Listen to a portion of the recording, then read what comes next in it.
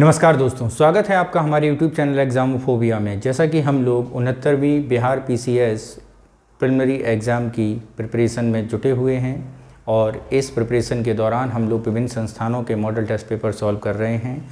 तो कल हम लोगों ने दृष्टि IAS संस्थान का मॉडल टेस्ट संख्या 5 सॉल्व किया था। आज हम लोग देखेंगे दृष्टि IAS संस्थान का मॉडल टेस्ट पेपर 6, जो कि पॉलिटी यानी हमारी भारतीय राज्य व्यवस्था, भारतीय संविधान पर आधारित है।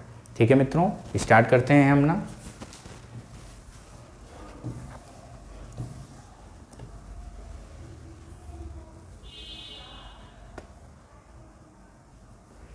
पहला क्वेश्चन क्या है? निम्नलिखित में से किस चार्टर में सिविल सेवाओं को भारतीयों के लिए खोल दिया गया था? ऑप्शन ए है चार्टर अधिनियम 1813, बी चार्टर अधिनियम 1833, सी चार्टर अधिनियम 1853। ठीक है,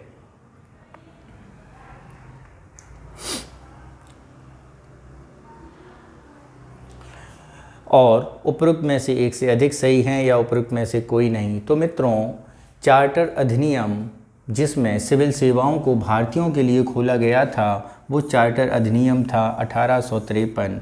और ये अधिनियम मित्रों चार्टर श्रृंखला का अंतिम अधिनियम था, जिसमें दो प्रावधान किए गए थे। एक प्रावधान किया गया था जो यहाँ पर लिखा है, भारतीयों को ICS में खुली प्रतियोगिता में पार्टिसिपेट करना।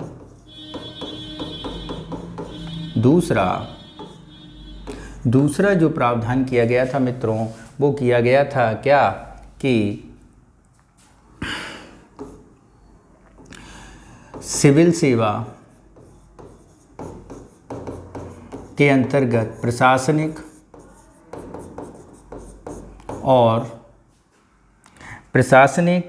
और विधायी कार्यों को अलग अलग किया गया था। ठीक है, तो ये रहा हमारा कौन सा प्रोविज़न, भारत चार्टर अधिनियम 1853। नेक्स्ट चलते हैं क्वेश्चन नंबर 2 पर। न्यायिक समीक्षा का सिद्धांत प्रावधान स्थापित है। ऑप्शन ए क्या है? ऑप्शन ए में देखते हैं। ऑप्शन ए कह रहा है अनुच्छेद 13 के अंतर्गत न्यायिक समीक्षा का सिद्धांत है, अनुच्छेद 32 के अंतर्गत है, अनुच्छेद 226 के अंतर्गत है, या उपयुक्त में से कोई नहीं।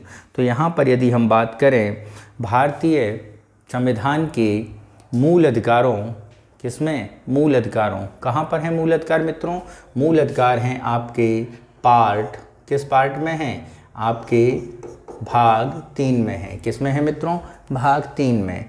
तो उस भाग 3 के अनुच्छेद संख्या 13 में ऐसे किसी भी कानून, नियम या विधान को संविधान के अंतर्गत न्यायिक यानी भारतीय न्यायालय शून्य घोषित कर सकती है, जिसके कारण भारतीयों के मूल अधिकारों का किसी प्रकार का ह्रास या क्षय या कम होते हैं। तो ये किसके अंतर्गत आएगा न्यायिक समीक्षा? तो न्यायिक समीक्षा का प्रावधान अनुच्छेद 13 के अंतर्गत आएगा। ठीक है, किसके अंतर्गत आएगा मित्रों? अनुच्छेद 13 के अंतर्गत आएगा।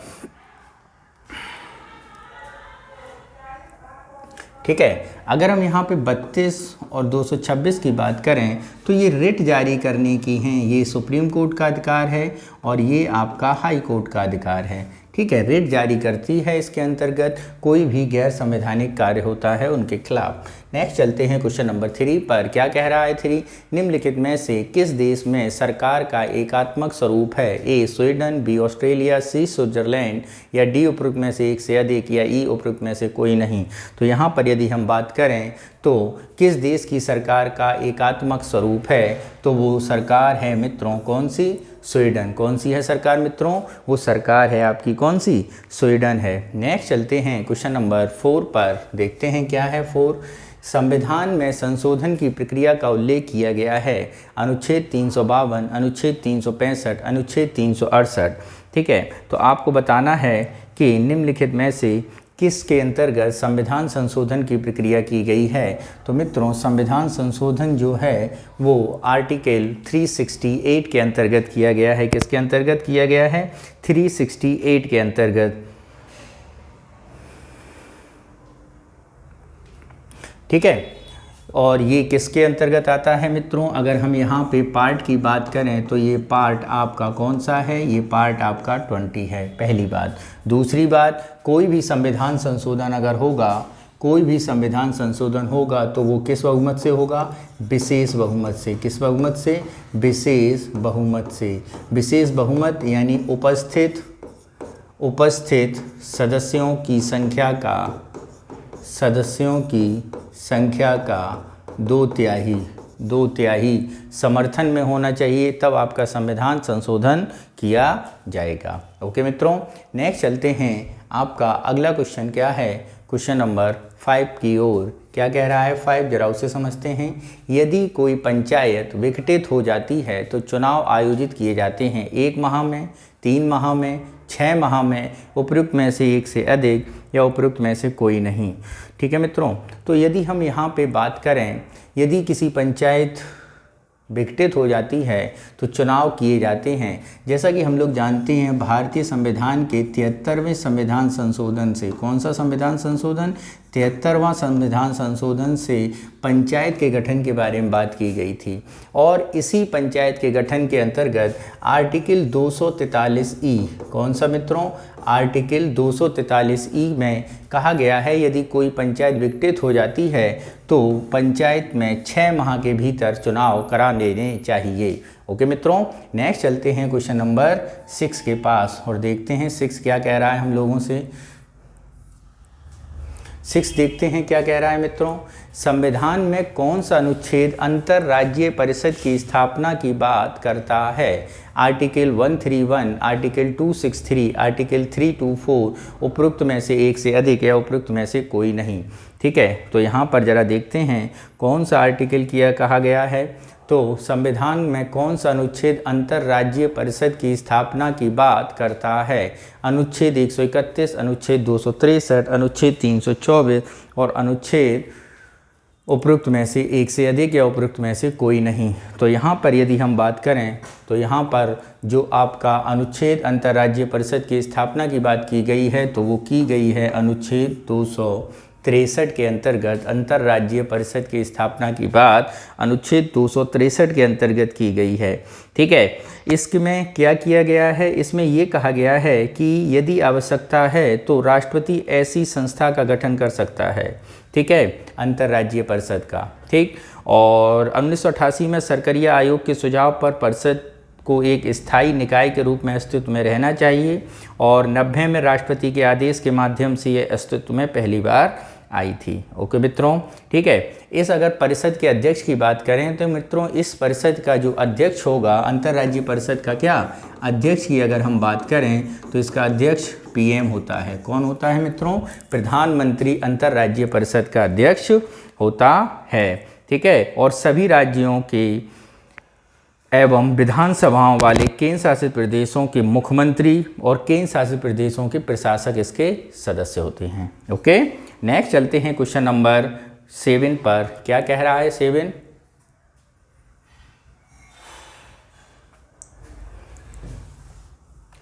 निम्नलिखित में से कौन सा मूलतः राष्ट्रीय आपातकाल के दौरान स्वतः निलंबित हो जाता है? आर्टिकल 21, आर्टिकल 20, आर्टिकल 19, उपयुक्त में से एक से अधिक या उपयुक्त में से कोई नहीं।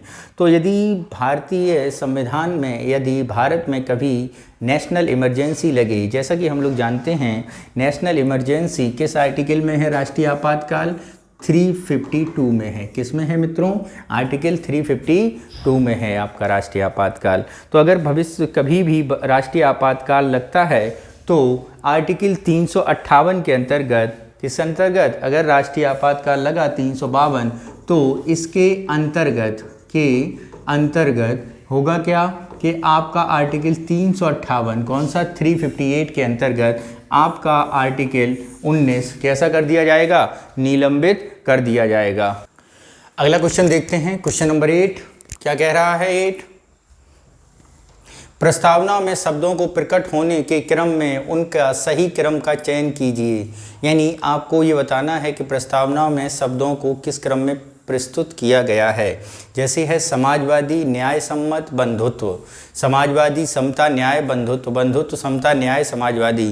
तो यदि हम प्रस्तावना की बात करें तो प्रस्तावना में भारत को एक ऐसे गणराज्य समाज जिसमें समाजवादी, समान न्याय, समता और बंधुत्व की भावना हो, ये क्रम बिल्कुल सही है। यानी आपका आंसर क्या होगा? आपका आंसर सी होगा।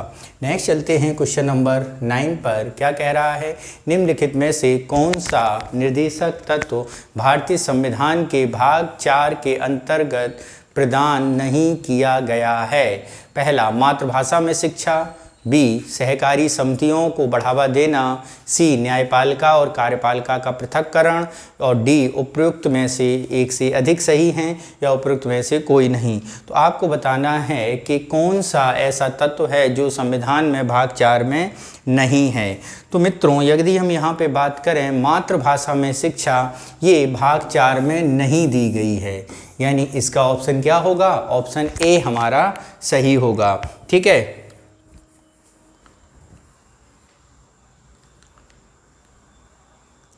ठीक।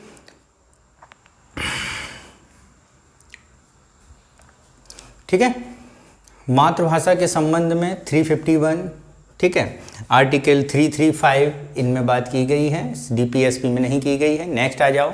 विधि का शासन की अवधारणा का प्रतिपादन किसने किया? यानी rule of law. A B Dicey द्वारा, जॉन लॉक द्वारा, ग्यूसेप माजिनी द्वारा, उपयुक्त में से एक से अधिक। तो ये जो विधि का शासन की अवधारणा है वो ए बी डाइसी द्वारा दी गई है। किसके द्वारा दी गई है मित्रों? ए बी डाइसी द्वारा दी गई है। ठीक है, इन्हीं के द्वारा ये बताया गया था कि विधि के समक्ष समता का विचार विधि का शासन का मूल तत्व है। ठीक है, नेक्स्ट चलते हैं क्वेश्चन नंबर 11 पर और देखते हैं 11 क्या कह रहा है हम लोगों से। मूल अधिकारों के विषय में निम्नलिखित में से कौन सा सत्य है? ए, केवल नागरिकों को ही प्राप्त है। बी, ये प्रकृति में निरपेक्ष है। सी, ये न्यायोचित है। डी, उपयुक्त में से एक से अधिक। या ई, उपयुक्त में से कोई नहीं। तो यहाँ पर यदि हम बात करें मूल अधिकारों के विषय में निम्नलिखित में से कौन सा तत्व सही है, तो ये हैं आपके, ये कैसे हैं? ये न्यायोचित हैं। यानी इनका जो बात की जाती है वो कैसे हैं?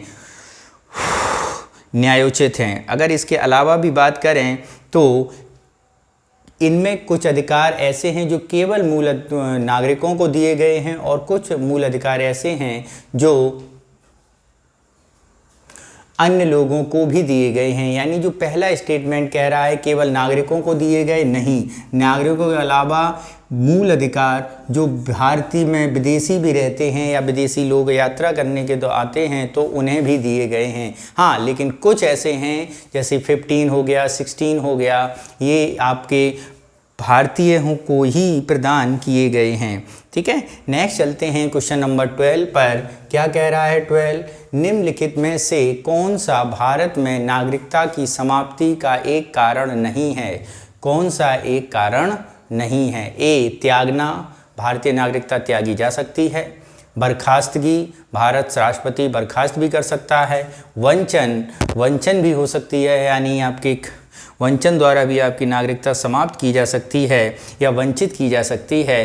तो यदि यहाँ पे बात करें तो ऐसा कौन सा कारण जिससे नागरिकता समाप्त नहीं होगी? ये तीनों कारण ही हैं ऐसे जिनसे नागरिकता समाप्त हो जाएगी। यानी यहाँ पे ऑप्शन कौन सा सही होगा मित्रों? यहाँ पे आपका ऑप्शन नंबर ई सही होगा। नेक्स्ट चलते हैं क्वेश्चन नंबर 13 पर। क्या कह रहा है मित्रों 13? 26 नवंबर 1949 को भारत के संविधान में कितनी अनुसूचियां थीं? यानी जब भारत का संविधान बना तब भारत में कितनी अनुसूचियां लागू की गई थीं? तो यदि हम बात करते हैं भारतीय संविधान की अनुसूचियों की, तो मित्रों जब भारतीय संविधान बना तो ऑप्शन में दिए गए यहाँ पे 8, बी में दिया है 10, सी में दिया है 12 और डी में दिया है एक से अधिक या ई में कोई नहीं। तो यहाँ पे जब 26 नवंबर 1949 को भारतीय संविधान में यानी मूल संविधान में कितनी अनुसूचियाँ थीं? 8 अनुसूचियाँ थीं। वर्तमान में यदि बात की जाए, वर्तमान में अनुसूचियों की बात की जाए तो कितनी हैं? 12 अनुसूचियां हैं। वर्तमान में मित्रों कितनी हैं? 12 यानी 12 अनुसूचियां हैं। ठीक है, नेक्स्ट चलते हैं क्वेश्चन नंबर 14 पर। क्या कह रहा है 14, जरा उसे समझते हैं। भारतीय संविधान का कौन सा अनुच्छेद समान सिविल संहिता की बात करता है? समान सिविल संहिता यानी यूनिफॉर्म सिविल कोड की बात की जा रही है, और जब से मोदी सरकार आई है तब से यूनिफॉर्म सिविल कोड काफ़ी चर्चा का विषय रहा है। ठीक है, तो ऑप्शन देखते हैं जरा। आर्टिकल 21 में ऐसा है, या आर्टिकल 25 में है, आर्टिकल 44 में है, 51A में है, या आपको बताना है कि इनमें से जो दिए गए हैं ऑप्शन उनमें से कोई नहीं है, या उनमें से एक से अधिक सही हैं। तो यहाँ पे यूनिफॉर्म सिविल कोड के बारे में बात करें तो भारतीय संविधान के पार्ट 4 में DPSP में आर्टिकल 44 में UCI यानी यूनिफॉर्म सिविल कोड UCC की बात की गई है। ठीक है,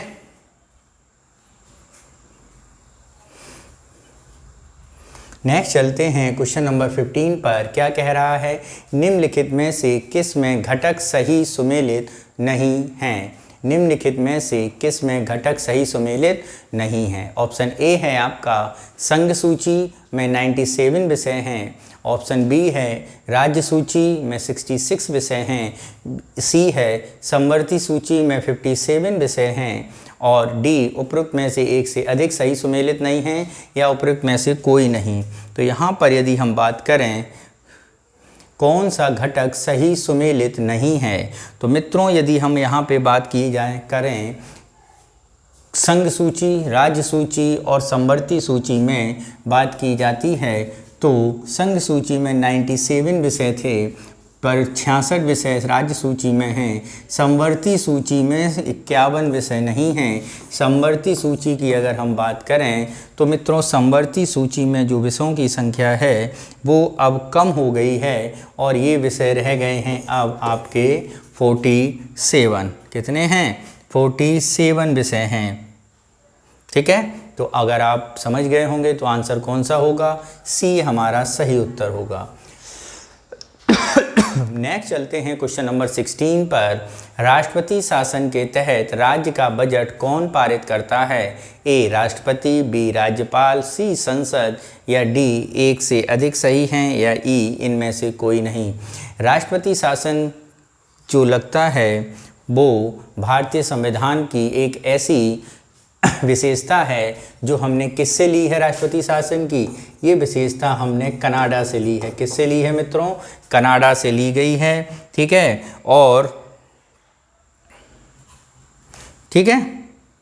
और इस मॉडल में क्या होता है, जब राष्ट्रपति शासन लगता है तो भारत का राष्ट्रपति शासन के समय जो बजट पास करने की बात आती है, किसकी बजट पास करने की बात आती है, तो वो बजट कहाँ से पास होता है? वो बजट भारतीय संसद से पास होता है। कहाँ से पास होता है?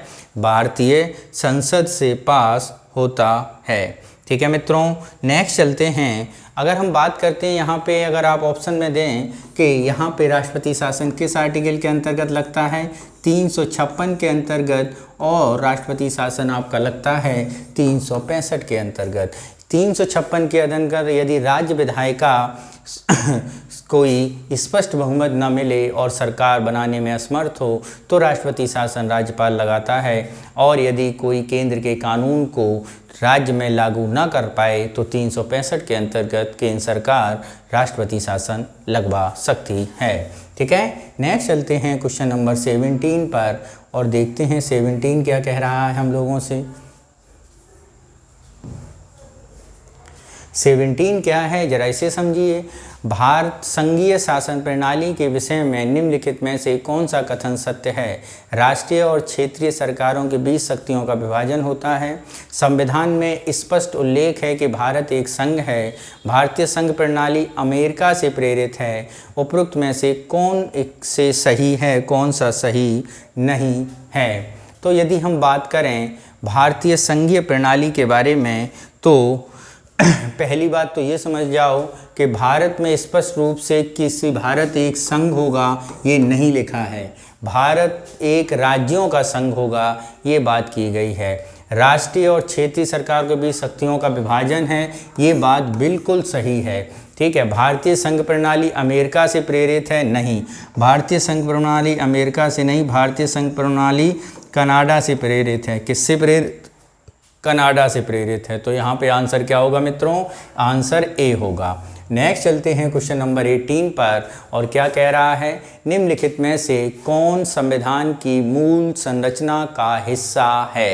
ए न्यायिक समीक्षा, बी न्यायिक सक्रियता, सी न्यायिक अतिरेक, या डी उपरोक्त में से एक से अधिक, या ई उपरोक्त में से कोई नहीं। तो यहाँ पर यदि हम बात करते हैं कौन सी बात भारत में संविधान की मूल संरचना का हिस्सा है, तो ए न्यायिक समीक्षा, न्यायिक सक्रियता, न्यायिक अतिरेक। तो भारतीय संविधान के मूल संरचना का हिस्सा है न्यायिक समीक्षा यानी जुडिशियल रिव्यू, और ये किसके अंतर्गत है? ये आर्टिकल 13 के अंतर्गत है, ये भी ध्यान रखना, न्यायिक समीक्षा। ठीक है, न्यायिक किसी भी कानून की समीक्षा कोर्ट कर सकता है। जो भी फंडामेंटल राइट अगर राज्य लोप कर रहा है तो आर्टिकल 13 के अंतर्गत आपका कानून, आपका सुप्रीम कोर्ट उस कानून को इनवैलिड, ज़ीरो घोषित भी कर सकता है। ठीक है मित्रों, तो कौन सा सही हो गया? ए सही हो गया। नेक्स्ट चलते हैं क्वेश्चन नंबर 19 पर। क्या है? 42वें संविधान संशोधन अधिनियम द्वारा निम्नलिखित में से कौन सा परिवर्तन किया गया है? ए प्रस्तावना का संशोधन, बी अनुच्छेद 352 के तहत सशस्त्र विद्रोह का सम्मिलन, सी शिक्षा का अधिकार एक मूल अधिकार के रूप में, डी उपरोक्त में से एक से अधिक, और या ई उपरोक्त में से कोई नहीं। तो यहाँ पर यदि हम बात करते हैं 42वें संविधान संशोधन अधिनियम द्वारा निम्नलिखित में से कौन सा परिवर्तन किया गया है? तो 42वें संविधान संशोधन द्वारा प्रस्तावना में संशोधन किया गया था। किस में किया गया था मित्रों? प्रस्तावना में समाजवादी शब्द जोड़ा गया था और अन्य शब्द भी जोड़े गए थे, यानी आपका कौन सा आर्टिकल होगा? ऑप्शन होगा, ऑप्शन ए हमारा सही होगा। नेक्स्ट चलते हैं हम लोग अपने अगले क्वेश्चन पर, जिस क्वेश्चन संख्या है 20। ठीक है, क्या कह रहा है? भारतीय संविधान के अनुसार अनुच्छेद 51A के तहत निम्नलिखित में से कौन सा मूल कर्तव्य नहीं है? ए कर का भुगतान करना, बी प्राकृतिक पर्यावरण की रक्षा एवं सुधार करना, सी राष्ट्रीय ध्वज का आदर करना, या डी उपरोक्त में से एक से अधिक, या ई उपरोक्त में से कोई नहीं। तो यहाँ पर यदि हम बात करें 51A के अंतर्गत मूल कर्तव्य कौन सा नहीं है? तो मूल कर्तव्य किसी को टैक्स अदा करना आपका मूल कर्तव्य नहीं है। ठीक है, नेक्स्ट चलते हैं क्वेश्चन नंबर 21 पर। क्या कह रहा है 21? उसे समझते हैं। क्या है? संविधान के अनुच्छेद 12 के तहत निम्नलिखित में से कौन सा राज्य के अंतर्गत नहीं आता है?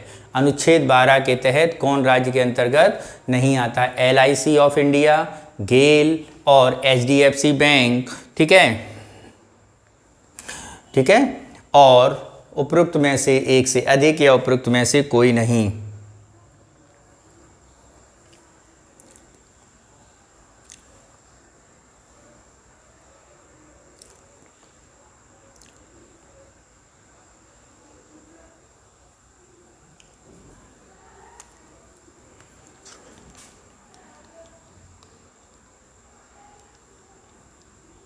ठीक है, ये काफ़ी बढ़िया क्वेश्चन है मित्रों, काफ़ी अच्छा क्वेश्चन है, क्योंकि आर्टिकल 12 में राज्य की परिभाषा दी गई है। अगर हम संविधान की बात करें तो राज्य जो है वो क्या होगा?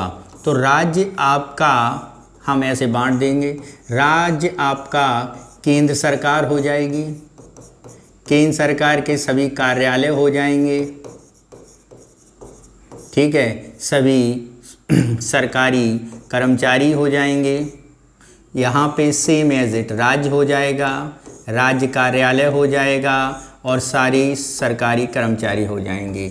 ग्राम पंचायत हो जाएगी, नगर पालिका हो जाएगी, नगर निगम हो जाएगा, ये सारे आपके राज्य कहलाएंगे। ठीक है। दूसरी बात, जो आपका सुप्रीम कोर्ट है उसने राज्य की परिभाषा और भी आगे निर्देशित की है और कहा है सारे के सारे निजी संस्थाएं भी आपकी क्या हो जाएंगी, राज्य सरकार हो जाएगी। जैसे निजी संस्थाएं आपकी ICICI, आपका HDFC, आपका यस बैंक, ये सारी की सारी भी आपकी क्या हैं, राज्य होंगी। तो यहाँ पर ये तीनों आपके राज्य हो जाएंगे। कौन सा नहीं होगा, आपका ई होगा, यानी नन ऑफ दीज आपका आंसर हो जाएगा। नेक्स्ट चलते हैं क्वेश्चन नंबर 2 पर और देखते हैं क्या कह रहा है 22। निम्नलिखित में से स्वतंत्रता के बाद भाषाई आधार पर, किसके आधार पर, भाषाई आधार पर किस राज्य का पुनर्गठन किया गया था। Option A Karnataka, option B Andhra Pradesh, option C Kerala, option D उपरोक्त में से एक से अधिक, ऑप्शन ई उपरोक्त में से कोई नहीं। तो यहाँ पर यदि हम बात करें ऐसा कौन सा है जिसको भाषा के आधार पर राज्य का पुनर्गठन किया गया था, तो वो राज्य है आपका 1953 में बना हुआ आंध्र प्रदेश। कौन सा राज्य है आपका भाषा के आधार पर बना, पहला आंध्र प्रदेश है, ठीक है। नेक्स्ट चलते हैं क्वेश्चन नंबर 23 पर। क्या कह रहा है 23, इसे समझते हैं। संविधान का मसौदा तैयार करने के लिए करने में संविधान सभा को कितने सत्र लगे, संविधान सभा को कितने सत्र लगे ये बताना है, ठीक है। यदि हम यहाँ पे बात करें, ऑप्शन देखें तो ऑप्शन ए है 13, ऑप्शन बी है 12, ऑप्शन सी है 11, ऑप्शन डी है उपरोक्त में से एक से अधिक, या ई उपरोक्त में से कोई नहीं। तो संविधान का मसौदा तैयार करने में संविधान सभा को मित्रों कितना समय लगा है, इसमें सत्र लगे हैं कितने, 11 सत्र लगे हैं। कितने सत्र लगे हैं, 11 सत्र लगे हैं, ठीक है। अगर हम यहाँ पे बात करें, पहला सत्र 9 दिसंबर 1946 से लेकर 23 दिसंबर 1946 तक चला था, ठीक है। 11वां सत्र आपका 14 नवंबर 1949 से लेकर 26 नवंबर 1949 तक चला था, ठीक है। तो ये आपका पहला सत्र हो गया और 11वां अंतिम सत्र हो गया। नेक्स्ट चलते हैं क्वेश्चन नंबर 24। भारत ने शासन प्रणाली के स्वरूप को अंगीकृत किया है। संसदीय, राष्ट्रपति, पूर्णतः राजशाही, उपरोक्त में से एक से अधिक, या उपरोक्त में से कोई नहीं। तो भारत में जो प्रणाली यूज़ की जाती है वो कौन सी प्रणाली है, संसदीय प्रणाली। नेक्स्ट चलते हैं क्वेश्चन नंबर 25। निम्नलिखित में से किस विषय का उल्लेख राज्य सूची में नहीं है। ऑप्शन ए जनगणना का, ऑप्शन बी मत्स्यन का, ऑप्शन सी पथकर का, या डी उपरोक्त में से एक से अधिक, या ई उपरोक्त में से कोई नहीं। तो राज्य सूची के विषय के बारे में अगर हम बात करें तो मित्रों जनगणना जो है वो केंद्र सूची का विषय है। किसका विषय है, केंद्र सूची का विषय, ठीक है, यानी ऑप्शन ए होगा। अगर जनगणना कराने का दायित्व भी अगर हम बात करें, कराने का दायित्व किस डिपार्टमेंट को है, तो वो आपका केंद्र सरकार के गृह मंत्रालय का है। किसका है, गृह मंत्रालय का, ठीक है मित्रों, समझ में आया, किसका हो जाएगा, गृह मंत्रालय का। नेक्स्ट चलते हैं क्वेश्चन नंबर 26। क्या कह रहा है, राष्ट्रीय मानवाधिकार आयोग है संवैधानिक आयोग, सांविधिक आयोग, संवैधानिक आयोग, गैर संवैधानिक आयोग, निकाय और आपका उपरोक्त में से एक से अधिक, या उपरोक्त में से कोई नहीं। तो यहाँ पे बताना है कि आपका जो बनाया गया है क्या आर्टिकल 26 राष्ट्रीय मानवाधिकार आयोग, तो वो है क्या राष्ट्रीय मानवाधिकार आयोग। तो मित्रों राष्ट्रीय मानवाधिकार आयोग आपका सांविधिक निकाय है। कैसा निकाय है, सांविधिक निकाय है, सांविधिक निकाय है, ठीक है। और इसकी स्थापना कब की गई थी, इसकी स्थापना की गई थी 1993 में। संवैधानिक निकाय नहीं है ये, एक सांविधिक निकाय है, यानी संविधान में एक कि किसी पार्ट में या किसी अनुसूची में इसको नहीं रखा गया है, बल्कि संसदीय व्यवस्था के अंतर्गत एक प्रोविज़न पास करके एक कॉन्स्टिट्यूशनल बॉडी के, एक कॉन्स्टिट्यूशनल इंस्टीट्यूशन के रूप में इसे बनाने की कोशिश की गई है। तो ये कैसा है, आपका सांविधिक निकाय है। नेक्स्ट चलते हैं क्वेश्चन नंबर 27 पर और देखते हैं 27 कहाँ पर है और आगे बढ़ते हैं। ओके मित्रों, जरा देखते हैं 27, किस संवैधानिक संशोधन अधिनियम ने सहकारी समितियों को संवैधानिक दर्जा दिया है? ए 94वां, बी 95वां, सी 96वां या डी उपरोक्त में से एक से अधिक या उपरोक्त में से कोई नहीं। तो यहाँ पर यदि हम बात करें किस संवैधानिक संशोधन ने, तो वो संवैधानिक संशोधन जो था वो मित्रों था 97वां। कौन सा संशोधन था मित्रों? 1997वां संशोधन था। और ये संशोधन हुआ कब था? ये संशोधन हुआ था 2011 में। कब हुआ था? 2011 में। यानी ऑप्शन कौन सा सही होगा? ऑप्शन ई हमारा सही होगा। ठीक है मित्रों, ध्यान रखना सहकारी समितियों को संवैधानिक दर्जा कब दिया गया है। अगला क्वेश्चन देखते हैं, क्वेश्चन नंबर 28 क्या कह रहा है? 28 समझते हैं। निम्नलिखित में से किसे अखिल भारतीय सेवाओं का जनक माना जाता है? ए लाल बहादुर शास्त्री, बी सरदार वल्लभ भाई पटेल, सी राजेंद्र प्रसाद या डी उपरोक्त में से एक से अधिक या ई उपरोक्त में से कोई नहीं।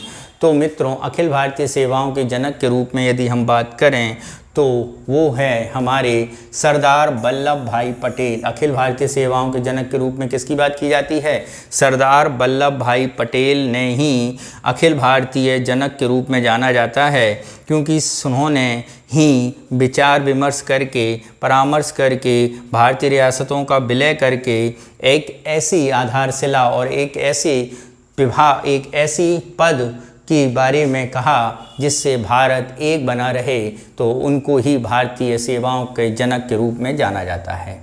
नेक्स्ट चलते हैं क्वेश्चन नंबर 29।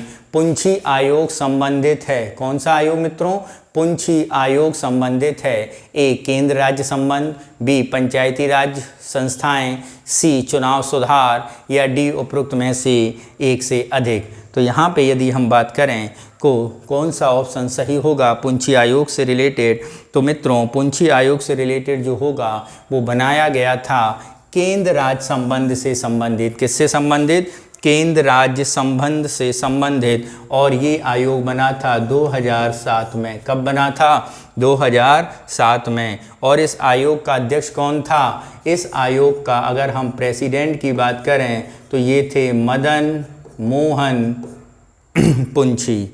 कौन था? मदन मोहन पुंछी भारतीय मुख्य न्यायाधीश थे। ठीक है, और केंद्र राज्य संबंधों से रिलेटेड ये आयोग बनाया गया था। नेक्स्ट चलते हैं क्वेश्चन नंबर 30 पर। भारत के राष्ट्रपति के चुनाव के लिए निर्वाचक मंडल में, किसमें? निर्वाचक मंडल में शामिल होते हैं लोकसभा और राज्यसभा के सभी सदस्य, राज्य विधानसभाओं के सभी सदस्य, संसद के दोनों सदनों के सभी निर्वाचित सदस्य और राज्य विधानसभाओं के निर्वाचित सदस्य।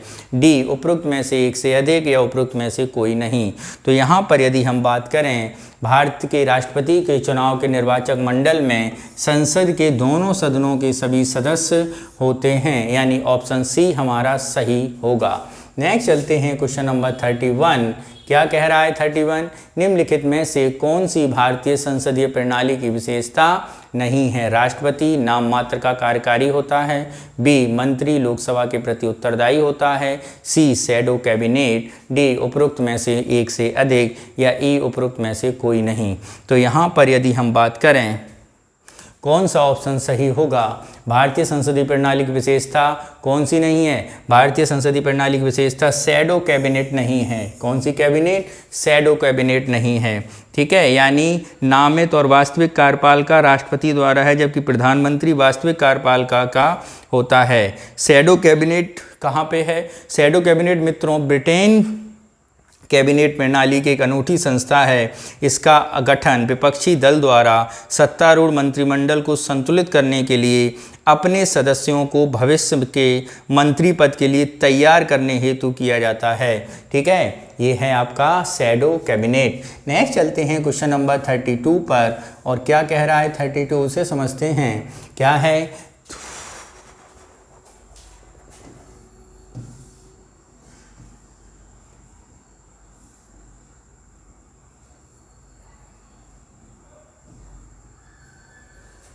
लोकसभा अध्यक्ष के संबंध में निम्नलिखित कथनों पर विचार कीजिए। 10वीं अनुसूची में भारतीय संसूची के तहत दल बदल के उपबंध के आधार पर लोकसभा अध्यक्ष सदस्य की निर्धारता का प्रश्न निपटारा करता है। सामान्य स्थिति में मत नहीं देता है, परंतु बराबरी की स्थिति में मत दे सकता है।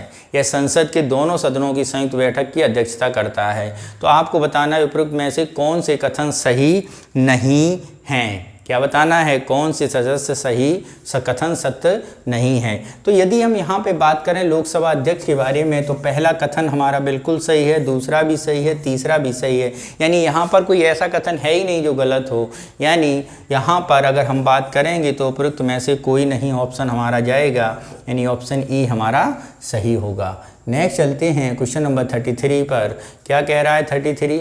सर्वोच्च न्यायालय के न्यायाधीश के संदर्भ में निम्नलिखित कथनों पर विचार कीजिए। सर्वोच्च न्यायालय के न्यायाधीश के कथनों पर विचार करना है, जरा देखिए, विचार करिए। सर्वोच्च न्यायालय के न्यायाधीश के रूप में नियुक्ति के लिए संविधान में न्यूनतम आयु निर्धारित नहीं की गई है। न्यूनतम आयु निर्धारित नहीं की गई है। ठीक है, आगे चलते हैं।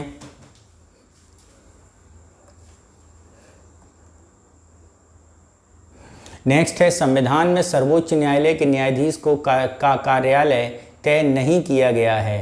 ओके, सर्वोच्च न्यायालय के न्यायाधीश को राष्ट्रपति द्वारा शपथ दिलाई जाती है। तो आपको ये बताना है इनमें से कौन सा कथन सही नहीं है। तो यहाँ पर मित्रों अगर हम बात करें तो भारतीय सर्वोच्च न्यायालय का जो न्यायाधीश होता है उसकी न्यूनतम आयु के बारे में वास्तव में कोई तय सीमा नहीं थी बताई गई है। 21, 25, 35 कितना होना चाहिए, क्योंकि इसके लिए सीधी बात की गई है कि वो कम से कम 5 वर्षों के लिए या 5 वर्षों से अधिक उच्च न्यायालय में क्या कर रहा हो, न्यायाधीश रहा हो, या 10 वर्षों तक किसी हाई कोर्ट में प्रैक्टिस कर रहा हो। यहाँ आयु की कोई बात नहीं की गई है। बाकी दोनों कथन तो ऑलरेडी सही हैं, यानी यहाँ भी आपके लिए कोई भी ऐसा कथन नहीं है जो गलत है। दोनों कथन सही हैं, यानी आंसर क्या होगा, आंसर नन ऑफ दीज होगा, ई आंसर होगा। नेक्स्ट चलते हैं क्वेश्चन नंबर 34। सूची 1 और सूची 2 को मिलाना है। केंद्रीय सूचना आयोग किसके अंतर्गत काम करता है? केंद्रीय सूचना आयोग कार्मिक मंत्रालय के अंतर्गत कार्य करता है। अंतर्राज्यीय परिषद के बारे में बात करें तो अंतर्राज्यीय परिषद गृह मंत्रालय के अधीन कार्य करती है। ठीक है, नेक्स्ट देखते हैं हम लोग।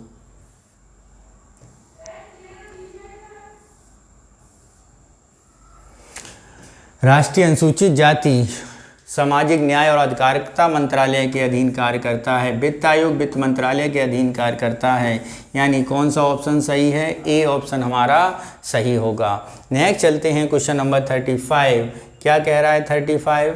सर्वोच्च न्यायालय ने किस मामले में संविधान की मूल संरचना का सिद्धांत प्रतिपादित किया है? ए गोलकनाथ मामले 1967, केशवानंद भारती मामले 1973, शंकरी प्रसाद मामला 1951, उपरोक्त में से एक से अधिक या उपरोक्त में से कोई नहीं। तो यहाँ पर यदि हम बात करें कौन सी बात सबसे सही होगी, तो सर्वोच्च न्यायालय ने संविधान के मूल यानी इंफ्रास्ट्रक्चर, फंडामेंटल इंफ्रास्ट्रक्चर की बात की गई थी, तो वो की गई थी केशवानंद भारती मामले 1973 में अंतर्गत। नेक्स्ट चलते हैं क्वेश्चन नंबर 36 पर। क्या कह रहा है 36? इसे समझते हैं। रिट के संदर्भ में निम्नलिखित कथनों में से कौन सा कथन सही नहीं है? ए बंदी प्रत्यक्षीकरण रिट सार्वजनिक प्राधिकारियों और निजी संस्थाओं निजी व्यक्तियों के विरुद्ध लाई जा सकती है। ठीक है। बी सर्वोच्च न्यायालय केवल मूल अधिकारों के प्रवर्तन के लिए रिट जारी कर सकता है, जबकि उच्च न्यायालय न केवल मूल अधिकारों के प्रवर्तन के लिए बल्कि कानूनी अधिकारों के प्रवर्तन हेतु भी जारी कर सकता है। रिट अधिकार परीक्षा एक व्यक्ति को गलत तरीके से ग्रहण किए गए पद से निष्कासित कर सकती है। और ई डी उपरोक्त में से एक से अधिक सही है नहीं, उपरोक्त में से कोई नहीं। तो यहाँ पे बताना है कि कौन सा ऑप्शन सही नहीं है। तो मित्रों ये सारे के ऑप्शन सारे क्या हैं, बिल्कुल सही हैं। यानी ऑप्शन कौन सा सही होगा, ई ऑप्शन हमारा नन ऑफ दीज यहाँ भी होगा। नेक्स्ट चलते हैं क्वेश्चन नंबर 37। क्या कह रहा है उसे समझते हैं। राज्यसभा की सदस्यता हेतु किसी व्यक्ति की निर्धारित न्यूनतम आयु कितनी है? 25, 30, 35। तो राज्यसभा की न्यूनतम आयु के बारे में अगर हम बात करें तो मित्रों राज्यसभा की न्यूनतम आयु जो है वो आपकी कितनी निर्धारित की गई है? वो निर्धारित की गई है 30 वर्ष। कितनी? 30 वर्ष। नेक्स्ट चलते हैं क्वेश्चन नंबर 38 पर। क्या कह रहा है 38? देखते हैं। भारतीय संविधान के अनुसार अनुच्छेद भारत के राष्ट्रपति को सर्वोच्च न्यायालय की राय लेने के लिए अधिकृत करता है। अनुच्छेद 142, अनुच्छेद 143, अनुच्छेद 123, उपरोक्त में से एक से अधिक, उपरोक्त में से कोई नहीं। तो यहाँ पर यदि हम बात करें कौन सी बात बिल्कुल सही होगी, तो यहाँ पर सर्वोच्च न्यायालय की राय लेने का अधिकार दिया गया है आर्टिकल 143। मानना या न मानना आर्टिकल 144 के अंतर्गत आता है। नेक्स्ट चलते हैं क्वेश्चन नंबर 39। राज्य लोक सेवा आयोग के अध्यक्ष और सदस्य वर्ष की अवधि के लिए वर्ष की आयु प्राप्त करने तक पद पर बने रहते हैं। राज्य लोक सेवा आयोग के अध्यक्ष के बारे में यदि हम बात करें तो वो 5 वर्ष के लिए और 6 वर्ष के लिए और 62 वर्ष तक की आयु के लिए बने रहते हैं योग्य। नेक्स्ट चलते हैं क्वेश्चन नंबर 40 पर। क्या कह रहा है उसे समझते हैं। किस संवैधानिक संशोधन अधिनियम के ने भारत में वस्तु एवं सेवा कर लागू किया? ए 44वें संविधान संशोधन अधिनियम, बी 101वें संविधान संशोधन अधिनियम, ठीक है, और 102वां संविधान संशोधन अधिनियम, एक से अधिक या एक से नहीं। तो जीएसटी लागू करने वाला जो संविधान संशोधन अधिनियम था वो था आपका 101वां संविधान संशोधन अधिनियम, और ये लागू हुई थी 1 जुलाई 2017 को। ठीक है, 1 जुलाई 2017 को लागू हो गई थी। ठीक है, नेक्स्ट चलते हैं।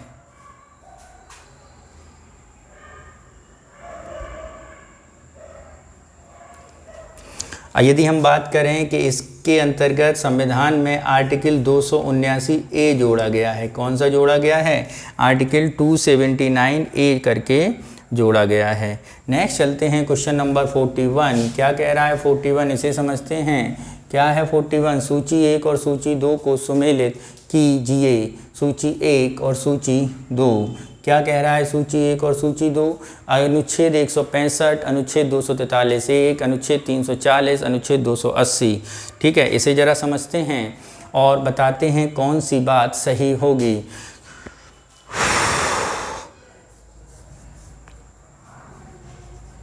तो यहाँ पर कौन सा ऑप्शन सही होगा उसे ज़रा देखें।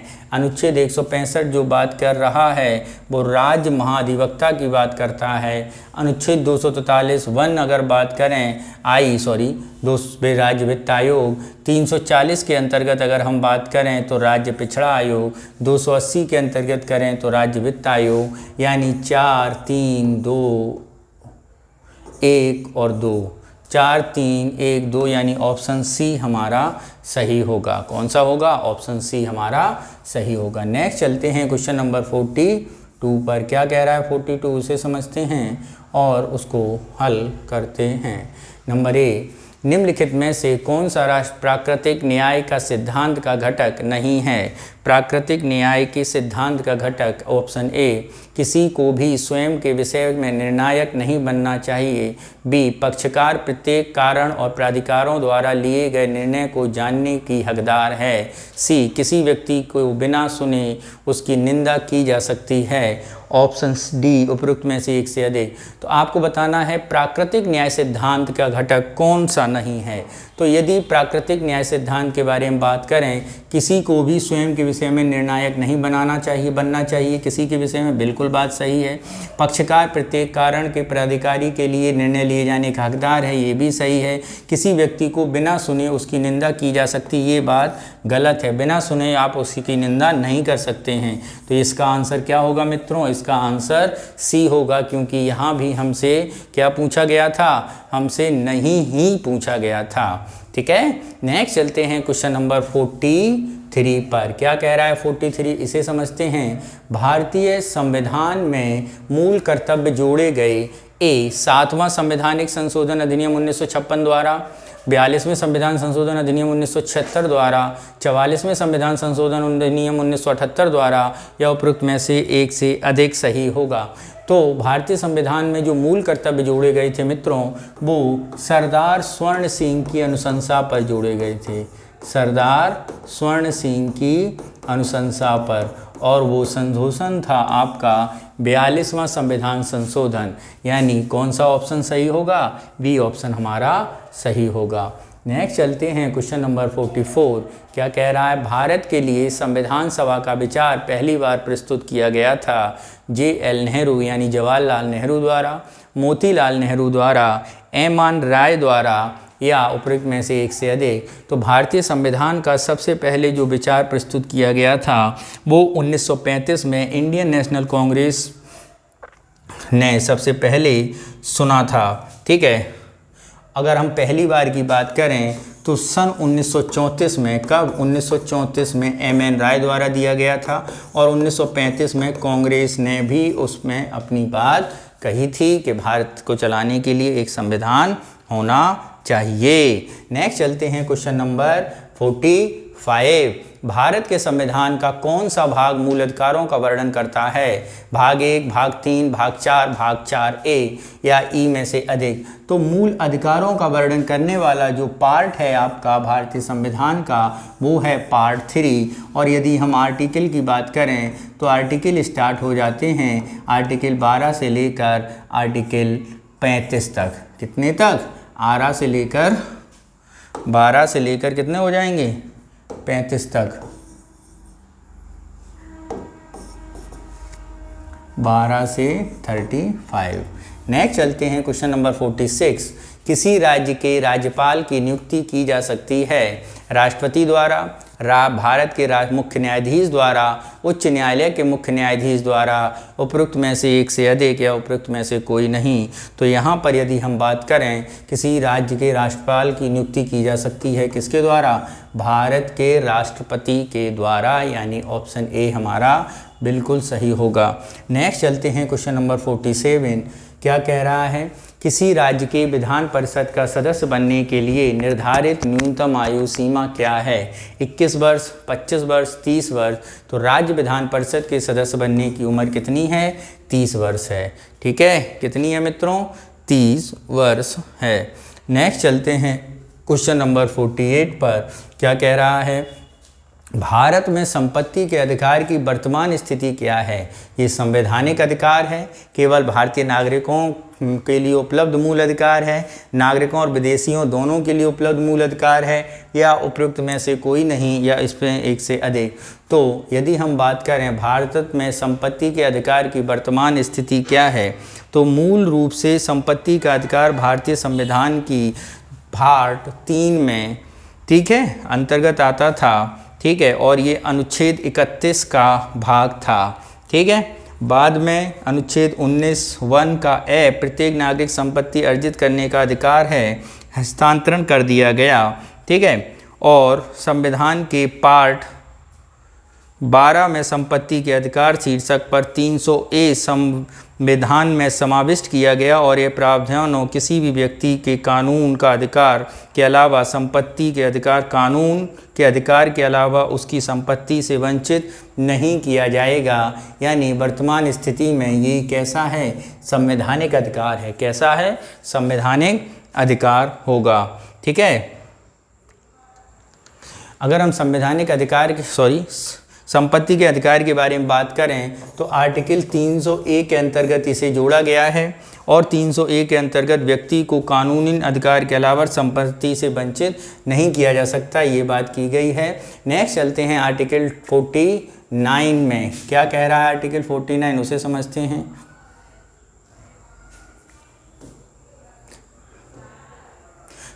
में संविधान संशोधन के अंतर्गत 2002 के संदर्भ में कथनों पर विचार कीजिए। निम्नलिखित कथनों पर क्या करना है? हम लोगों को विचार करना है। जरा देखते हैं क्या है। इसके द्वारा अनुच्छेद 21A समाविष्ट किया गया, जिसने शिक्षा के अधिकार को 6 से 14 वर्ष की आयु वर्ग के मूल अधिकार बना दिया। ओके। अनुच्छेद 45 की विषय वस्तु को परिवर्तित कर दिया और 6 से कम वर्ष के बच्चों की शुरुआती देखभाल और उनकी शिक्षा की व्यवस्था की गई। 51A के तहत नया मूल कर्तव्य जोड़ा गया।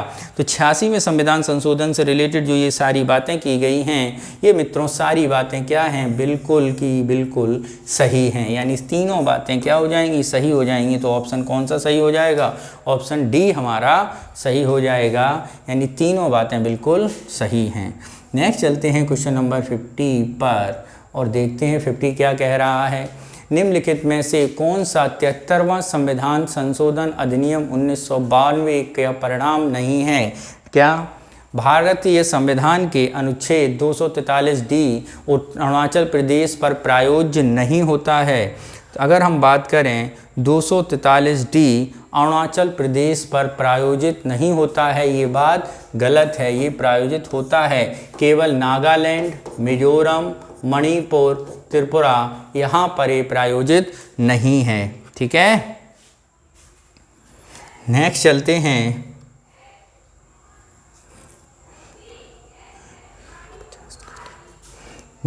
हैं एक 51 पर। क्या कह रहा है 51, उसे समझते हैं।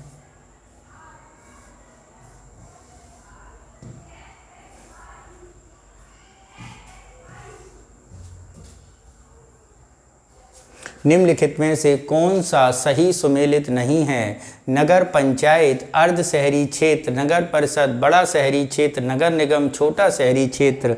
तो अगर हम यहाँ पे बात करें कौन सा सही सुमेलित नहीं है, तो बी और सी हमारे सही सुमेलित नहीं हैं। क्या बी और सी सही सुमेलित नहीं है, क्योंकि ये बड़ा क्षेत्र होगा और ये छोटा क्षेत्र होगा। यानी ऑप्शन यहाँ पे हमारा सही कौन सा होगा, डी ऑप्शन हमारा सही होगा। नेक्स्ट चलते हैं क्वेश्चन नंबर 52। भारतीय संविधान में कौन सा अनुच्छेद भारत के नियंत्रक एवं महालेखा परीक्षक से संबंधित है। ए 148, बी 324, सी 342 या डी उपरोक्त में से एक से अधिक या ई उपरोक्त में से कोई नहीं। तो यहाँ पर यदि हम बात करें कौन सी बात बिल्कुल सही है, तो ये है आपकी भारतीय अनुच्छेद के नियंत्रक एवं महालेखा परीक्षक से संबंधित आर्टिकल 148। नेक्स्ट चलते हैं क्वेश्चन नंबर 53। निम्नलिखित में से कौन सा एक संवैधानिक निकाय है। ए राष्ट्रीय अनुसूचित जाति आयोग, बी राष्ट्रीय मानवाधिकार आयोग, सी राष्ट्रीय अल्पसंख्यक आयोग या डी उपरोक्त में से एक से अधिक या ई उपरोक्त में से कोई नहीं। तो यहाँ पर यदि हम बात करें कौन सी बात बिल्कुल सही है, तो संवैधानिक निकाय है तो राष्ट्रीय अनुसूचित जाति आयोग जो है वो आपका क्या है, संवैधानिक निकाय होगा। कौन सा होगा, राष्ट्रीय अनुसूचित। किस कब बना है, आर्टिकल 238 के 338 के अंतर्गत इसे बनाया गया है, राष्ट्रीय अनुसूचित जाति आयोग। ठीक है। राष्ट्रीय मानवाधिकार अल्पसंख्यक आयोग उपरोक्त में से एक से अधिक। तो ये जो आयोग हैं ये संविधान के अनुच्छेद सांविधिक निकायों के बारे में बात करें, ये जो बनाए गए हैं ये आयोग नहीं, ये सांविधिक निकाय हैं। क्या हैं, निकाय। ठीक है। नेक्स्ट चलते हैं क्वेश्चन नंबर 54 पर। क्या कह रहा है 54, उसे समझते हैं। न्यायिक समीक्षा के सिद्धांत किस देश में सबसे पहले आया। न्यायिक समीक्षा का सिद्धांत ब्रिटेन में आया, यूएसए में आया, यूनाइटेड किंगडम में आया, उपरोक्त में से एक से अधिक। तो न्यायिक समीक्षा का सिद्धांत मित्रों आया है, हमने लिया है 20 यानी यूएसए से। नेक्स्ट चलते हैं क्वेश्चन नंबर 55।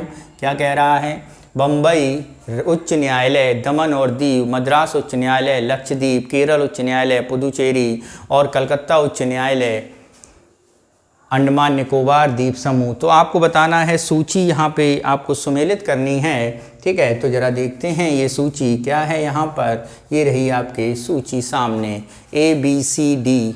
आपको बताना है कौन सा ऑप्शन सही है। तो मित्रों यहाँ पर जो ऑप्शन सही हो रहा है उसको देखने के लिए हम लोग पीछे पुनः चलते हैं।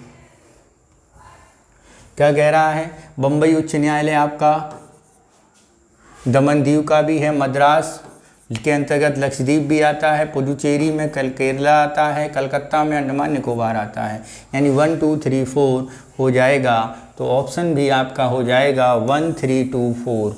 ठीक है, 1 3 2 4। ठीक है। भारतीय संविधान में केवल दिल्ली है दिल्ली, केवल दिल्ली एक ऐसा यूनियन टेरिटरी है जिसका अपना हाई कोर्ट है, वरना सबका अलग अलग देश बगल बगल वाले राज्यों का ही अंतर्गत आता है। नेक्स्ट चलते हैं क्वेश्चन नंबर 56 पर। क्या कह रहा है 56? संविधान सभा के संचालन समिति के अध्यक्ष कौन थे? संविधान सभा की संचालन समिति के अध्यक्ष के बारे में अगर हम बात करें तो वो थे डॉक्टर राजेंद्र प्रसाद। कौन था? डॉक्टर राजेंद्र प्रसाद। नेक्स्ट चलते हैं क्वेश्चन नंबर 57। भारतीय संविधान के भाग 4 लिया गया है। भारतीय संविधान का भाग 4 ऑस्ट्रेलिया के संविधान से, सोवियत संघ से, आयरलैंड से, उपरोक्त में से एक से अधिक। तो जैसा कि हम लोग जानते हैं भारतीय संविधान के भाग 4 में क्या हैं? राज्य के नीति निर्देशक तत्व हैं। राज्य के नीति निर्देशक तत्व, नीति निर्देशक तत्व हैं। यानी कौन सा ऑप्शन सही होगा? ये ऑप्शन सही होगा आपका सी, आयरलैंड के संविधान से। नेक्स्ट चलते हैं क्वेश्चन नंबर 58। क्वेश्चन नंबर 58 देखते हैं। भारतीय संघीय व्यवस्था को किसने सौदेबाजी संघवाद कहा था? Paul Appleby, Morris Jones, Ivor Jennings, उपरोक्त में से एक से अधिक या उपरोक्त में से कोई नहीं। तो यहाँ पर यदि हम बात करें कौन से सौदेबाजी का संघवाद कहा गया है, तो भारतीय संविधान को सौदेबाजी का संघवाद जिस व्यक्ति ने कहा है या अर्धसंघीय कहा है वो है मॉरिस जोन्स। कौन है मित्रों? Morris Jones. ठीक है, ठीक है। पॉल एल्बी ने अर्धसंघीय कहा है। क्या कहा है? भारतीय संविधान को अर्धसंघीय कहा है पॉलिस एल्बी ने, पॉल एल्बी ने। ठीक है, ठीक है, सॉरी, आइवर जेनिंग्स, सॉरी थोड़ा इसमें अति संघीय, पॉल एप्पलबी ने अति संघीय कहा है। ठीक है, और आपके कौन हैं? केसी वेयर, केसी वेयर ने अर्धसंघीय कहा है। क्या कहा है? अर्धसंघीय। और एक और बचा है जो हैं आपके आइवर जेनिंग्स ने एक मजबूत केंद्रीय प्रवृत्ति वाला, मजबूत केंद्रीय प्रवृत्ति वाला संघ, मजबूत केंद्रीय प्रवृत्ति वाला संघ के रूप में कहा है मॉरिस जोन्स ने। ये आंसर ने क्या कहा है? सौदेबाजी का संघवाद। नेक्स्ट चलते हैं क्वेश्चन नंबर 59 पर और देखते हैं 59 क्या कह रहा है। 59 मित्रों कह रहा है भारत में आपातकालीन प्रावधानों के संदर्भ में निम्नलिखित कथनों पर विचार कीजिए। 1, राष्ट्रीय आपातकाल का उद्घोषणा की तिथि 2 माह के भीतर अनुमोदित की जानी चाहिए। राष्ट्रपति शासन को संसद की साधारण बहुमत से स्वीकृति मिल जाती है। वित्तीय आपातकाल एक बार में 6 माह तक जारी रहता है, तब जब तक इसे आगे ना बढ़ाया जाए। तो यहाँ पर यदि हम बात करें कौन सा स्टेटमेंट सही होगा, तो जरा पूरक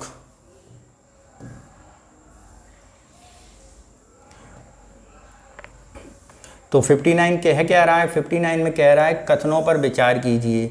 कथनों पर विचार कर लिया। अब विचार करने पर बताना क्या है कौन सा कथन सही है। तो मित्रों यहाँ पर यदि हम बात करें कथन के बारे में, भारतीय संविधान में आपातकालीन का प्रावधान जो है वही यहाँ पर सही बताया गया है, यानी बी हमारा सही उत्तर होगा। नेक्स्ट चलते हैं क्वेश्चन नंबर 60 पर। क्या कह रहा है उसे समझते हैं। बिहार राज्य आपदा प्रबंधन अधिनियम प्रबंधन प्राधिकरण की स्थापना की गई थी। बिहार राज्य आपदा प्रबंधन प्राधिकरण की स्थापना मित्रों की गई थी 6 नवंबर 2007 को। कब की गई थी? 6 नवंबर 2007 को। ठीक है, प्रबंधन अधिनियम 2005 के अंतर्गत किया गया है। नेक्स्ट आपका आता है संविधान में कौन सा भाग राजभाषा से संबंधित है? 15वां, 16वां, 17वां या इनमें से एक से अधिक। तो यहाँ पर यदि हम बात करें भारतीय संविधान में राजभाषा से संबंधित जो भाग है वो भाग है आपका पार्ट 17। कौन सा है मित्रों? पार्ट 17। नेक्स्ट चलते हैं क्वेश्चन नंबर 62। क्या कह रहा है 62? जरा उसे समझते हैं हम लोग।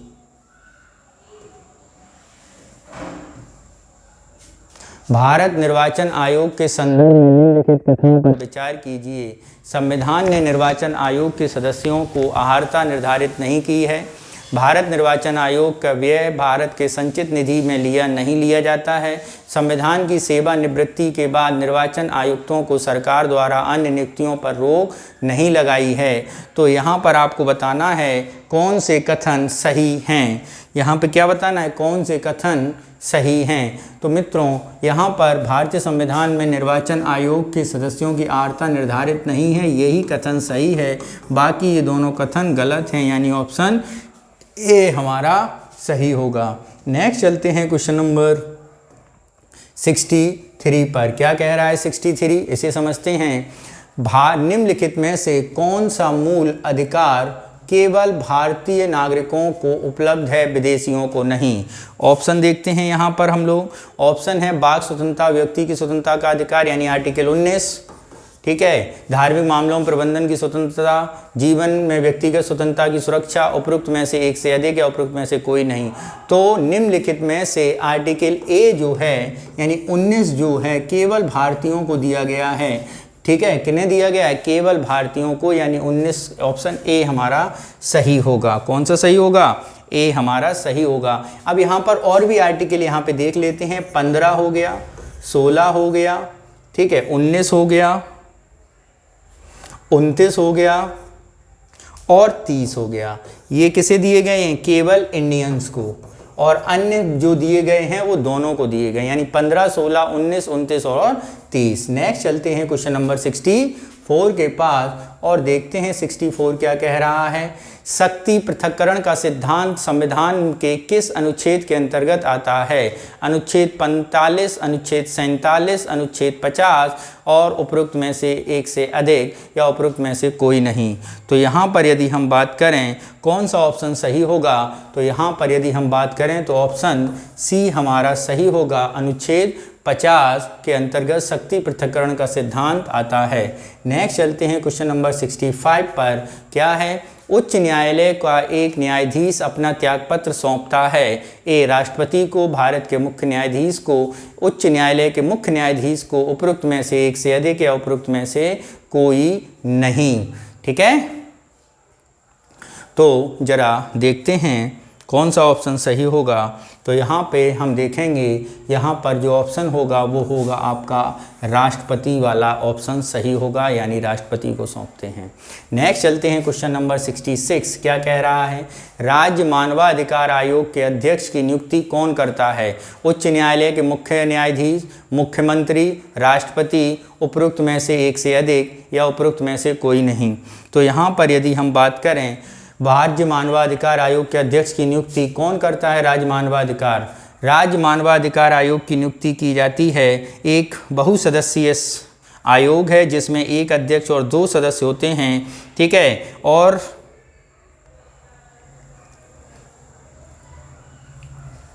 राज्य मानवाधिकार आयोग के सदस्यों की नियुक्ति राज्य के राज्यपाल द्वारा की जाती है। किसके द्वारा, राज्यपाल द्वारा। और यहाँ पे राज्यपाल है नहीं है, तो ऑप्शन क्या होगा, ई हो जाएगा हमारा। नेक्स्ट चलते हैं क्वेश्चन नंबर 67। योजना आयोग की प्रतिस्थापित करके नीति आयोग की स्थापना कब की गई थी। तो नीति आयोग की स्थापना की गई थी 1 जनवरी 2015 को। कब की गई थी, 1 जनवरी 2015 को। नेक्स्ट चलते हैं क्वेश्चन नंबर 68 पर।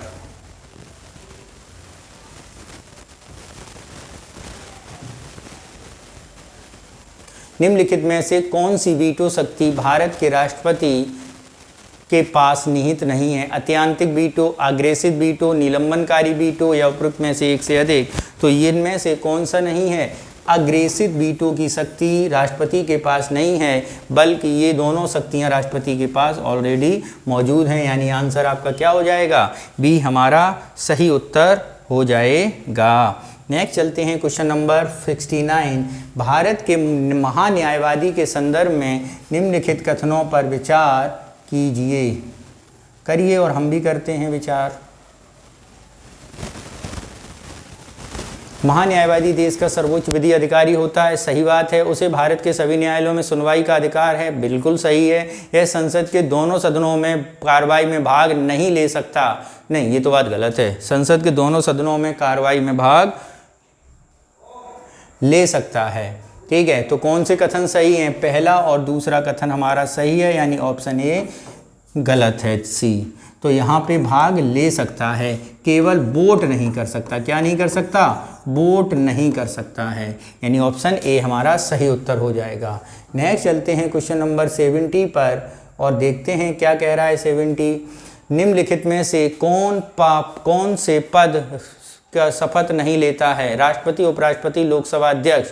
तो निम्न में जो शपथ नहीं लेता है वो व्यक्ति है आपका लोकसभा अध्यक्ष। नेक्स्ट चलते हैं क्वेश्चन नंबर 71 के पास और देखते हैं क्या कह रहा है 71। संसदीय विधेयकों के संदर्भ में निम्नलिखित में से कौन सा कथन सही नहीं है? ए, लोकसभा के भंग होने की स्थिति में लोकसभा में पारित लेकिन राज्यसभा में लंबित विधेयक व्यक्तिगत हो जाता है। बी, लोकसभा के भंग होने की स्थिति में राज्यसभा में लंबित लेकिन लोकसभा में अस्वीकृत विधेयक व्यवगत नहीं होता है। सी, जब लोकसभा भंग हो जाती है, लोकसभा में लंबित विधेयक चाहे वह लोकसभा द्वारा प्रेषित हो या राज्यसभा द्वारा व्यवगत हो जाता है। तो यहाँ पे कौन सा ऑप्शन सही होगा? तो यहाँ पे ऑप्शन आपका सही होगा, ऑप्शन ई हमारा सही होगा, यानी 71 का कौन सा है? ई सही है। नेक्स्ट चलते हैं क्वेश्चन नंबर 72 पर। क्या कह रहा है 72? उसे समझते हैं हम लोग। अविलंबनीय लोक महत्व के निश्चित मामले पर सदन का ध्यान आकर्षित करने के लिए लोकसभा में निम्नलिखित में कौन सा प्रस्ताव पेश किया जाता है? स्थगन प्रस्ताव, निंदा प्रस्ताव, कटौती प्रस्ताव, उपरोक्त में से एक से अधिक या उपरोक्त में से कोई नहीं।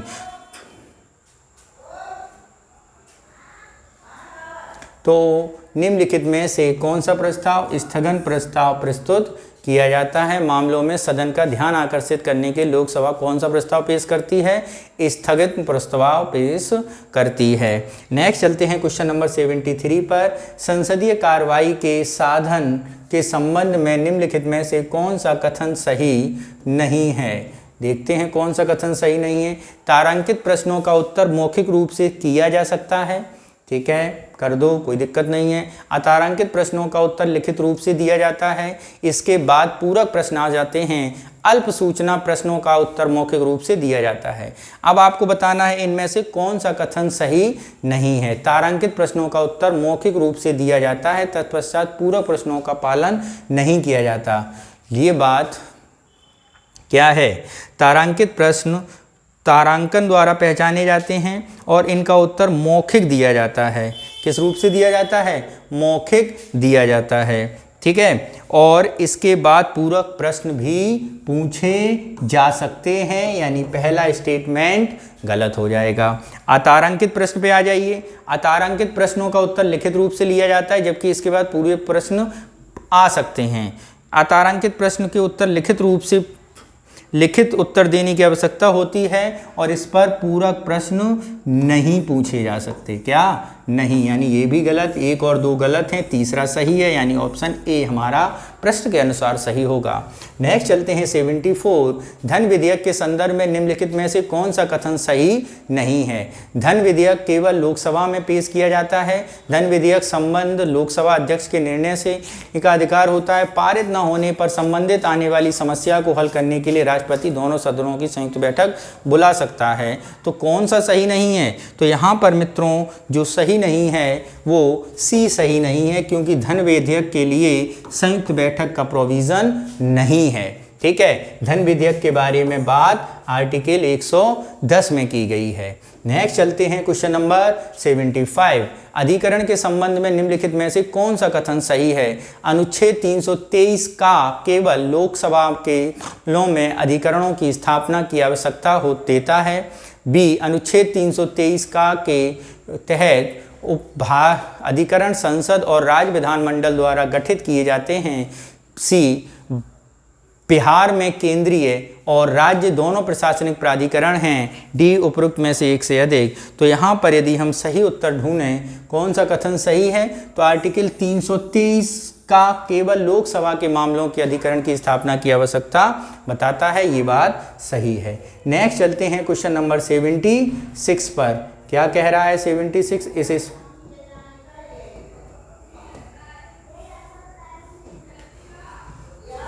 किस समिति ने पंचायत राज व्यवस्था के संदर्भ में बिना जड़ की घास शब्द का प्रयोग किया है? बलवंत राय, बी के समिति, अशोक मेहता, उपरोक्त में से एक से अधिक। बिना जड़ की घास शब्द का प्रयोग किस के द्वारा किया गया है? वो की गई है GV.K. राव द्वारा। GV.K. राव द्वारा ऐसी बात की गई है और ये समिति बनी थी 1985 में। कब बनी थी? 1985 में। नेक्स्ट चलते हैं क्वेश्चन नंबर 77। वस्तु एवं सेवा कर परिषद के अध्यक्ष के रूप में कौन कार्य करता है? प्रधानमंत्री, भारत के वित्त मंत्री, राष्ट्रपति, उपरोक्त में से एक से अधिक, उपरोक्त में से कोई नहीं। तो यहाँ पर यदि हम बात करें कौन सी बात सही होगी, तो यहाँ पर वस्तु एवं सेवा कर परिषद अध्यक्ष के रूप में कौन कार्य करता है? प्रधानमंत्री, भारत के वित्त मंत्री, राष्ट्रपति। तो यहाँ पर जो होगा ऑप्शन वो होगा वित्त मंत्री, फाइनेंस मिनिस्टर। नेक्स्ट चलते हैं क्वेश्चन नंबर 78 पर। केंद्रीय सतर्कता आयोग के संदर्भ में निम्नलिखित कथन पर विचार कीजिए। क्या है? यह केंद्र सरकार के भ्रष्टाचार को रोकता है। इसकी स्थापना 1964 में एक कार्यकारी संकल्पना द्वारा की गई थी। CBC की सतर्कता आयोग अध्यक्ष और 2 या 2 से अधिक कम सतर्कता आयुक्त होते हैं। तो A केवल 3, B 1 और 2, C 1 और 2 और 3, उपरोक्त में से एक से अधिक। 78 में अगर हम बात करें तो केंद्र सरकार भ्रष्टाचार रोकता है, बिल्कुल सही है। 1964 में की गई थी इसकी स्थापना, ये भी बात बिल्कुल सही है। ठीक है। और 2003 में एक विधि द्वारा इसे सांविधिक दर्जा दिया गया था। इसे कब दिया गया था? 2020 में सांविधिक दर्जा दे दिया था। और CBC केंद्र सतर्कता आयोग अध्यक्ष कम सतर्कता आयुक्त होते हैं। ठीक है, ये बात बिल्कुल सही है। यानी ऑप्शन कौन सा सही होगा? तीनों सही हैं, तो ऑप्शन D हमारा सही होगा। ठीक है। नेक्स्ट चलते हैं क्वेश्चन नंबर 79 पर। क्या कह रहा है 79? उसे समझते हैं। निम्नलिखित में से किस संवैधानिक संशोधन अधिनियम ने मतदान की आयु 21 वर्ष से घटाकर 18 वर्ष कर दी है? किस संवैधानिक आयोग ने 21 वर्ष से घटाकर कितनी कर दी है? 18 वर्ष। जरा देखें किसने की है ऐसा। 42वां, 52वां, 61वां। तो 1988 के 61वें संविधान संशोधन के अंतर्गत क्या किया गया है? आयु 21 वर्ष से घटाकर 18 कर दी है। कब हुई थी? 1988 का। ठीक है। नेक्स्ट चलते हैं क्वेश्चन नंबर 80। भारत के संविधान के किस अनुच्छेद में राज्यों की विधानसभाओं में अनुसूचित जातियों के आरक्षण का प्रावधान किया गया है? 330, 332, 333, उपरोक्त में से एक से अधिक। तो अनुसूचित विधानसभाओं में अनुसूचित जातियों के प्रावधानों के बारे में बात की गई है, वो है आपका आर्टिकल 1। आर्टिकल कौन सा है? आर्टिकल 332 है। कौन सा है मित्रों? 332 है। कौन सा है? 332 है। यानी ऑप्शन बी हमारा सही होगा। कौन सा आर्टिकल है? 332 है। 331 में एंग्लो इंडियन की बात की गई थी। किसकी? एंग्लो इंडियन की। और 332 में SC ST की। ठीक है। नेक्स्ट चलते हैं क्वेश्चन नंबर 81 पर। क्या कह रहा है 81? इसे समझते हैं। केंद्र और राज्य के बीच विवादों के निर्णय करने के भारत के सर्वोच्च न्यायालय की शक्ति संबंधित है। परामर्श, मूल अधिकार, अपीलीय, भाई उपयुक्त में से एक से अधिक या उपयुक्त में से कोई नहीं। तो ये जो शक्ति दी गई है ये मूल क्षेत्राधिकार के अंतर्गत दी गई है, यानी बी ऑप्शन सही है। नेक्स्ट चलते हैं क्वेश्चन नंबर 82। पंचायत राज में निम्नलिखित समितियों को कालानुक्रमिक रूप से व्यवस्थित कीजिए। अशोक मेहता समिति, बलवंत राय मेहता समिति, LM सिंघवी समिति, GV.K. राव समिति। और इनमें से बताना है कौन सा कालक्रम के अनुसार बनी थी। क्रोनोलॉजी के आधार पर क्वेश्चन निर्धारित किया गया है। तो मित्रों सबसे पहले बनी थी बलवंत राय मेहता समिति। कौन सी बनी थी? बलवंत राय मेहता। कब बनी थी? 1957। फिर बनी थी अशोक मेहता समिति 1977। कब बनी थी? 1977। GV.K. मैंगलोर 1985। LM सिंघवी समिति बनी थी 1986 में। कब बनी थी? 1986 में। तो बनेगा 2143, 2143, यानी ऑप्शन कौन सा सही हो जाएगा? ऑप्शन सी हमारा सही हो जाएगा। नेक्स्ट चलते हैं क्वेश्चन नंबर 83 पर। भारत में पंचायती राज स्थापित करने वाला पहला राज्य आंध्र प्रदेश, तमिलनाडु, राजस्थान, उपरोक्त में से एक से अधिक या उपरोक्त में से कोई नहीं। तो 2 अक्टूबर 1959 में नागौर जिले में सबसे पहले, कब? 2 अक्टूबर 1959 राजस्थान के नागौर डिस्ट्रिक्ट से सबसे पहले पंचायती राज व्यवस्था शुरू हुई थी। नेक्स्ट चलते हैं क्वेश्चन नंबर 84 पर। पब्लिक इंटरेस्ट लिटिगेशन PIL देखते हैं। PIL की अवधारणा संयुक्त राज्य अमेरिका के द्वारा हुई है। सही है। जिस व्यक्ति के अधिकारों का उल्लंघन होता है वह अकेले ही न्यायालय में दायर कर सकता है। ओके। जनहित याचिका केवल सर्वोच्च न्यायालय में ही दायर की जाती है। तो आपको बताना है इनमें से कौन सा सही है। तो मित्रों, PIL की अवधारणा USA से है और व्यक्ति का उल्लंघन होता है वो नहीं, संस्था भी कर सकता है, वो व्यक्ति भी कर सकता है और एक समूह भी कर सकता है। PIL सर्वोच्च न्यायालय के अलावा हाई कोर्ट, डिस्ट्रिक्ट कोर्ट सब में जारी की जा सकती है। नेक्स्ट चलते हैं क्वेश्चन नंबर 85 पर। देखते हैं 85 क्या कह रहा है। राज्य विधान परिषद के संदर्भ में निम्नलिखित में से कौन सा कथन सही है? राज्य विधान परिषद के सृजन या उत्साधन हेतु राज्य विधानसभा को साधारण बहुमत से एक प्रस्ताव पारित करना होगा। विधान परिषद के सदस्यों की कुल संख्या का 1/3 राज्यपाल द्वारा मनोनीत किया जाता है। बिहार विधान परिषद में सदस्यों की संख्या 75 है। तो यहाँ पे आपको बताना है कौन सा ऑप्शन सही है, कौन सा कथन सही है। तो कथन केवल एक सही है, 75 सदस्य हैं, ये बात सही है। कुल संख्या 1/3 राज्यपाल द्वारा मनोनीत नहीं, 1/6 होती है, ये बात गलत है। विधान सृजन उत्साधन विधानसभा के साधारण बहुमत के एक प्रस्ताव द्वारा नहीं, तो कौन सा सही है? केवल सी सही होगा। नेक्स्ट चलते हैं क्वेश्चन नंबर 86 पर। भारत के संविधान में किस भाग में पुरुषों और महिलाओं हेतु समान कार्य के लिए समान वेतन की बात की गई है? तो वो भाग है आपका राज्य का नीति निदेशक तत्व। कौन सा भाग है? राज्य के नीति निदेशक तत्व में बात की गई है समान कार्य के लिए समान वेतन। और अगर हम आर्टिकल की बात करें तो आर्टिकल 39 है। नेक्स्ट है, भारत के संविधान में का कौन सा अनुच्छेद राज्य के अधीन किसी भी कार्यालय में रोजगार या नियुक्ति के मामलों में सभी नागरिकों के लिए अवसर की समानता प्रदान करता है?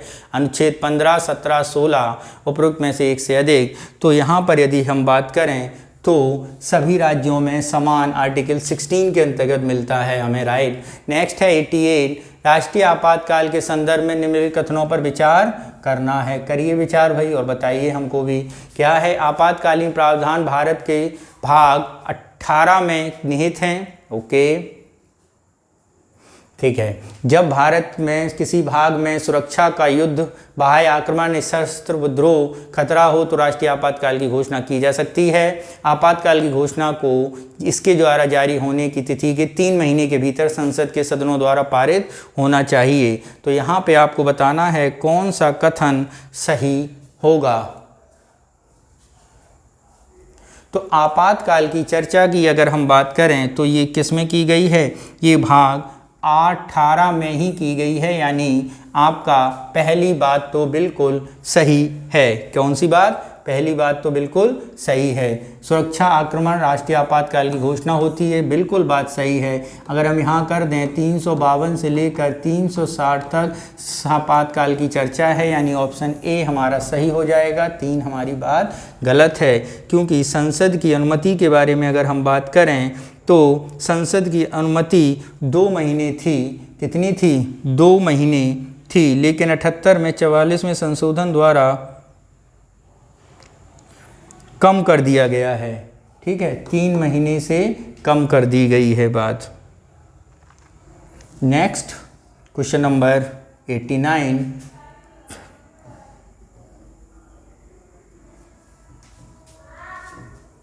वाक एवं अधिनियम अभिव्यक्ति की स्वतंत्रता के संदर्भ में निम्नलिखित कथनों पर विचार कीजिए। करिए राज्य सार्वजनिक व्यवस्था, शिष्टता या नैतिकता के आधार पर वाक और अभिव्यक्ति की स्वतंत्रता के प्रयोग युक्ति युक्त प्रतिबंध लगा सकता है। वाक अभिव्यक्ति के अंतर्गत मीडिया की समाचार प्रसारित करने का अधिकार है। यह अधिकार विदेश और नागरिक दोनों को उपलब्ध हैं। तो कौन सी बातें सही होंगी ये बताना है। तो यहाँ पर पहली और दूसरी बात बिल्कुल सही है, जबकि तीसरी बात आपकी गलत है, क्योंकि ये अधिकार विदेशी नागरिकों को नहीं दिए गए हैं। नेक्स्ट चलते हैं क्वेश्चन नंबर 90 पर। क्या कह रहा है? प्रस्तावना में न्याय शब्द 3 अलग अलग रूपों सामाजिक, आर्थिक और राजनीतिक है। प्रस्तावना में सभी नागरिकों को विचार, व्यक्ति विश्वास और धर्म की उपासना की स्वतंत्रता प्रदान की गई है। हमारी प्रस्तावना स्वतंत्रता, समानता और बंधुत्व के आदर्श फ्रांसीसी क्रांति से लिए गए हैं। तो ये बातें क्या हैं? पूरी की पूरी बातें सही हैं, यानी तीनों सही हैं, यानी ऑप्शन डी हमारा सही होगा। नेक्स्ट चलते हैं क्वेश्चन नंबर 91 पर। किसी भी राजनीतिक दल को राष्ट्रीय दल की मान्यता प्राप्त होने के संदर्भ में निम्नलिखित कथनों पर विचार कीजिए। करिए विचार। राजनीतिक दल को किसी भी 4 या 4 से अधिक राज्यों में आम चुनाव में वैध मतों का कम से कम 6% मिले, बिल्कुल सही है। दल की लोकसभा आम चुनाव में कुल लोकसभा की सीटों में कम से कम 2% सीटें या एवं सीटों में कम से कम 3 राज्यों में जीतनी होनी चाहिए, ये भी बात सही है। नेक्स्ट क्या है? दल में कम से कम राज्यों में दल के रूप में मान्यता प्राप्त हो, ये भी बात सही है। यानी तीनों बातें सही हैं, यानी ऑप्शन डी हमारा सही होगा। नेक्स्ट चलते हैं क्वेश्चन नंबर 92 पर।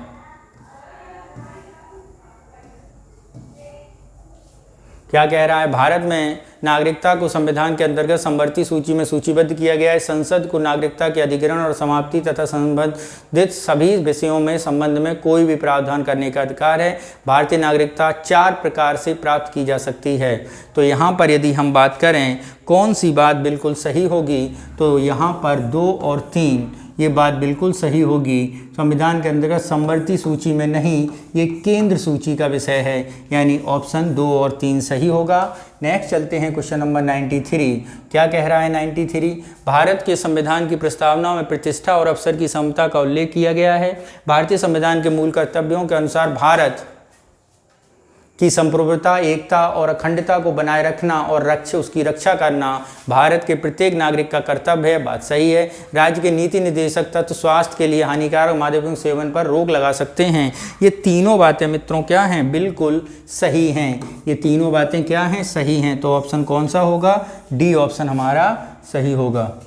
नेक्स्ट चलते हैं 94 पर। देखते हैं 94 क्या कह रहा है।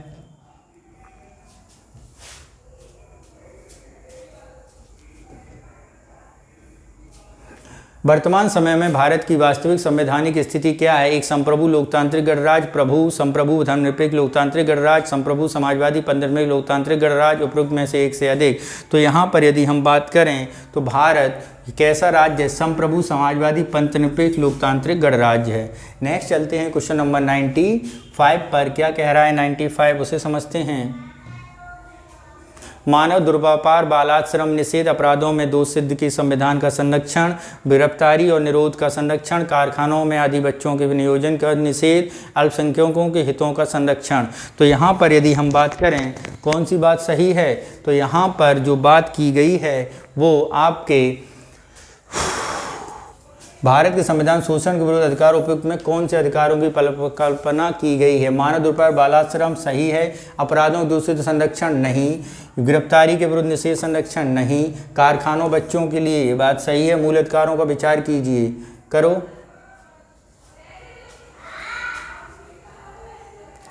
कौन से अधिकारों की कल्पना की गई है? तो शोषण के विरुद्ध अधिकारों में इन अधिकारों की परिकल्पना की गई है। ठीक है, 2, 3 और 5 की ये आपके क्या हैं? ये हैं आपके शोषण के विरुद्ध अधिकार, कि शोषण के विरुद्ध अधिकार हैं। ठीक है।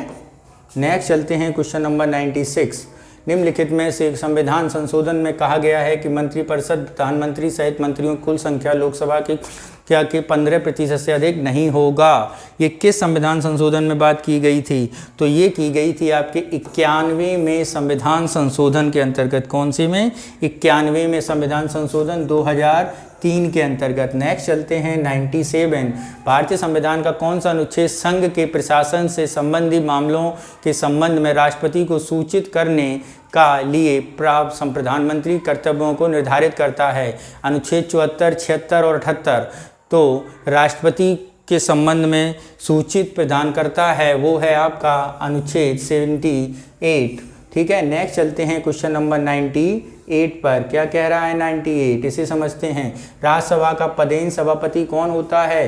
राष्ट्रपति, उपराष्ट्रपति, प्रधानमंत्री, एक से अधिक। तो ये होता है आपका उपराष्ट्रपति, पदेन सभापति। निम्नलिखित में से किसे भारतीय राष्ट्रपति द्वारा नियुक्त नहीं किया जा सकता? उपराष्ट्रपति, प्रधानमंत्री, लोक लेखा, महालेखा परीक्षक, उपरोक्त में से एक से अधिक। तो भारतीय राष्ट्रपति निम्नलिखित में से उपराष्ट्रपति को नियुक्त नहीं करता है, संसद से चुन के आता है। नेक्स्ट चलते हैं, निम्नलिखित में से कौन से राष्ट्रपति के निर्वाचन मंडल का भाग है परंतु महाभियोग की प्रक्रिया का हिस्सा नहीं है? राज्य विधानसभाएं महाभियोग की प्रक्रिया का हिस्सा नहीं हैं, यानी ऑप्शन सी हमारा सही होगा। नेक्स्ट चलते हैं क्वेश्चन नंबर 101। क्या कह रहा है? भारतीय संविधान का निम्नलिखित में से कौन सा संशोधन राष्ट्रपति को किसी भी मामले में मंत्रिपरिषद के पुनर्विचार के हेतु वापस भेजने का अधिकार करता है? 39वां, 42वां, 44वां। तो पुनर्विचार हेतु करने का जो विचार किया है वो है 44वां संविधान संशोधन। राष्ट्रपति द्वारा प्रख्यापित अध्यादेश संसद सत्र शुरू होने के पश्चात किस समय सीमा के भीतर संसद के समक्ष रखा जाना चाहिए? 6 माह के भीतर रखा जाना चाहिए। अध्यादेश आर्टिकल जारी होता है अनुच्छेद 123 के अंतर्गत। नेक्स्ट चलते हैं क्वेश्चन नंबर 103। निम्नलिखित में किसका नेतृत्व प्रधानमंत्री द्वारा नहीं किया जाता? नीति आयोग, राष्ट्रीय एकता परिषद, क्षेत्रीय परिषद, उपरोक्त में से एक से अधिक, उपरोक्त में से कोई नहीं। तो यहाँ पर यदि हम बात करें तो कौन सा होगा? तो यहाँ पर अगर बात करते हैं तो ये होगा क्षेत्रीय परिषद द्वारा। ऑप्शन सी हमारा सही है। नेक्स्ट चलते हैं क्वेश्चन नंबर 104। वर्तमान में भारत में राज्य एवं केंद्र शासित प्रदेश 288, 28/8, 28/9, 29/8 उपरोक्त में से एक से अधिक। तो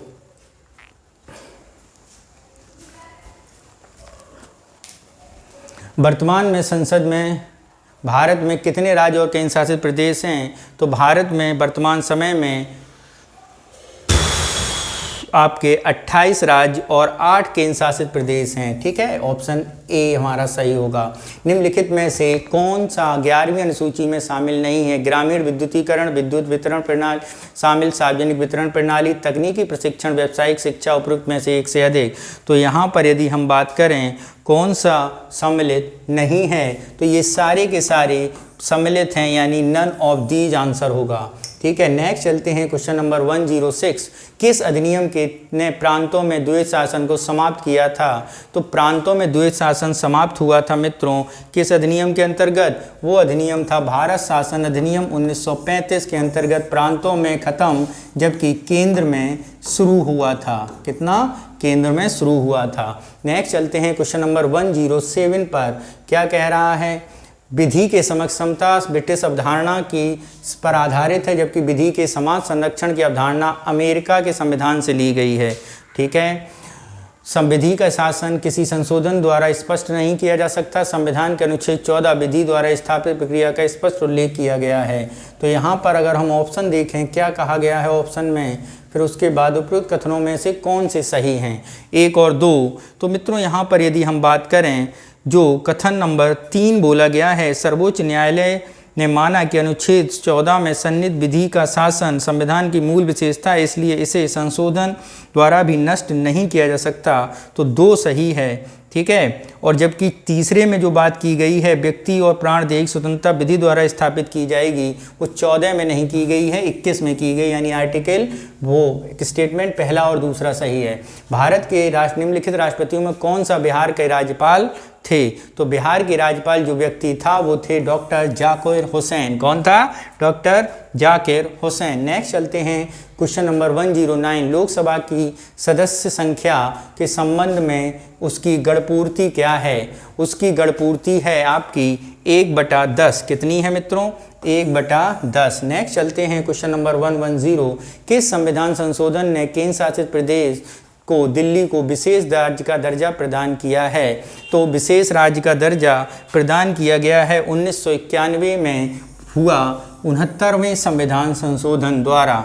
नेक्स्ट चलते हैं क्वेश्चन नंबर 111, निम्नलिखित में से कौन सा 73वें संविधान संशोधन अधिनियम का अनिवार्य प्रावधान है? किसी गांव में ग्राम सभा का गठन, पंचायतों के अध्यक्ष पद के लिए प्रत्यक्ष चुनाव, पंचायतों को वित्तीय अधिकार प्रदान करना, उपरोक्त में से एक से अधिक या उपरोक्त में से कोई नहीं। तो यहाँ पर अगर हम बात करें तो ये कौन सा होगा? तो ये होगा उपरोक्त में से एक से अधिक सही हैं, क्योंकि ये तीनों बातें सही हैं। नेक्स्ट चलते हैं क्वेश्चन नंबर 112 पर। निम्नलिखित में से कौन सी भारतीय परिषद अधिनियम 1909 की विशेषता नहीं है? जरा देखें। पहली है, विधान परिषद के सदस्यों को पूरक प्रश्न पूछने की अनुमति प्रदान की गई 1909 में। ठीक है। मुस्लिमों को लिए सांप्रदायिक प्रतिनिधित्व की व्यवस्था की गई 1909 में। इसमें बम्बई और प्रेसिडेंस की विधायी शक्तियाँ बहाल किया गया, नहीं, विधायी शक्तियाँ कम की गई थीं। ये दोनों बातें तो सही हैं, और सी हमारी बात सही नहीं है, यही हमारा आंसर होगा। नेक्स्ट चलते हैं क्वेश्चन नंबर 113। क्या है? न्यायिक समीक्षा के संबंध में निम्नलिखित कथनों पर विचार कीजिए। करिए विचार। क्या कह रहा है? केंद्र और राज्य दोनों सरकारों में विधायी अधिनियम कार्यपालिका के आदेशों में संवैधानिक की जांच और करना न्यायपालिका की शक्ति है। यह भारतीय संविधान की बुनियादी विशेषता है, बुनियादी ढांचे की स्पष्ट परिभाषित करता है। तो यहाँ पर पहला और दूसरा कथन सही है, तीसरा गलत है, यानी ऑप्शन ए हमारा सही होगा। नेक्स्ट चलते हैं क्वेश्चन नंबर 114। भारत में सामुदायिक विकास कार्यक्रम कब प्रारंभ हुआ? भारत में सामुदायिक विकास कार्यक्रम 2 अक्टूबर 1951, 2 अक्टूबर 1952 को प्रारंभ किया गया था, CDP। ठीक है। नेक्स्ट चलते हैं क्वेश्चन नंबर 115। निम्नलिखित में से कौन सा सही सुमेलित नहीं है? 243 से ग्राम सभा, 243 आई वित्तीय समितियों समीक्षा आयोग का गठन, के पंचायत के खातों का लेखा परीक्षण। कौन सा सही है? 115 में अगर हम बात करें कौन सा सही नहीं है, तो 243 के में पंचायत के खातों का परीक्षण नहीं, पंचायत में चुनाव की बात की गई है। किसकी? चुनाव की बात की गई है।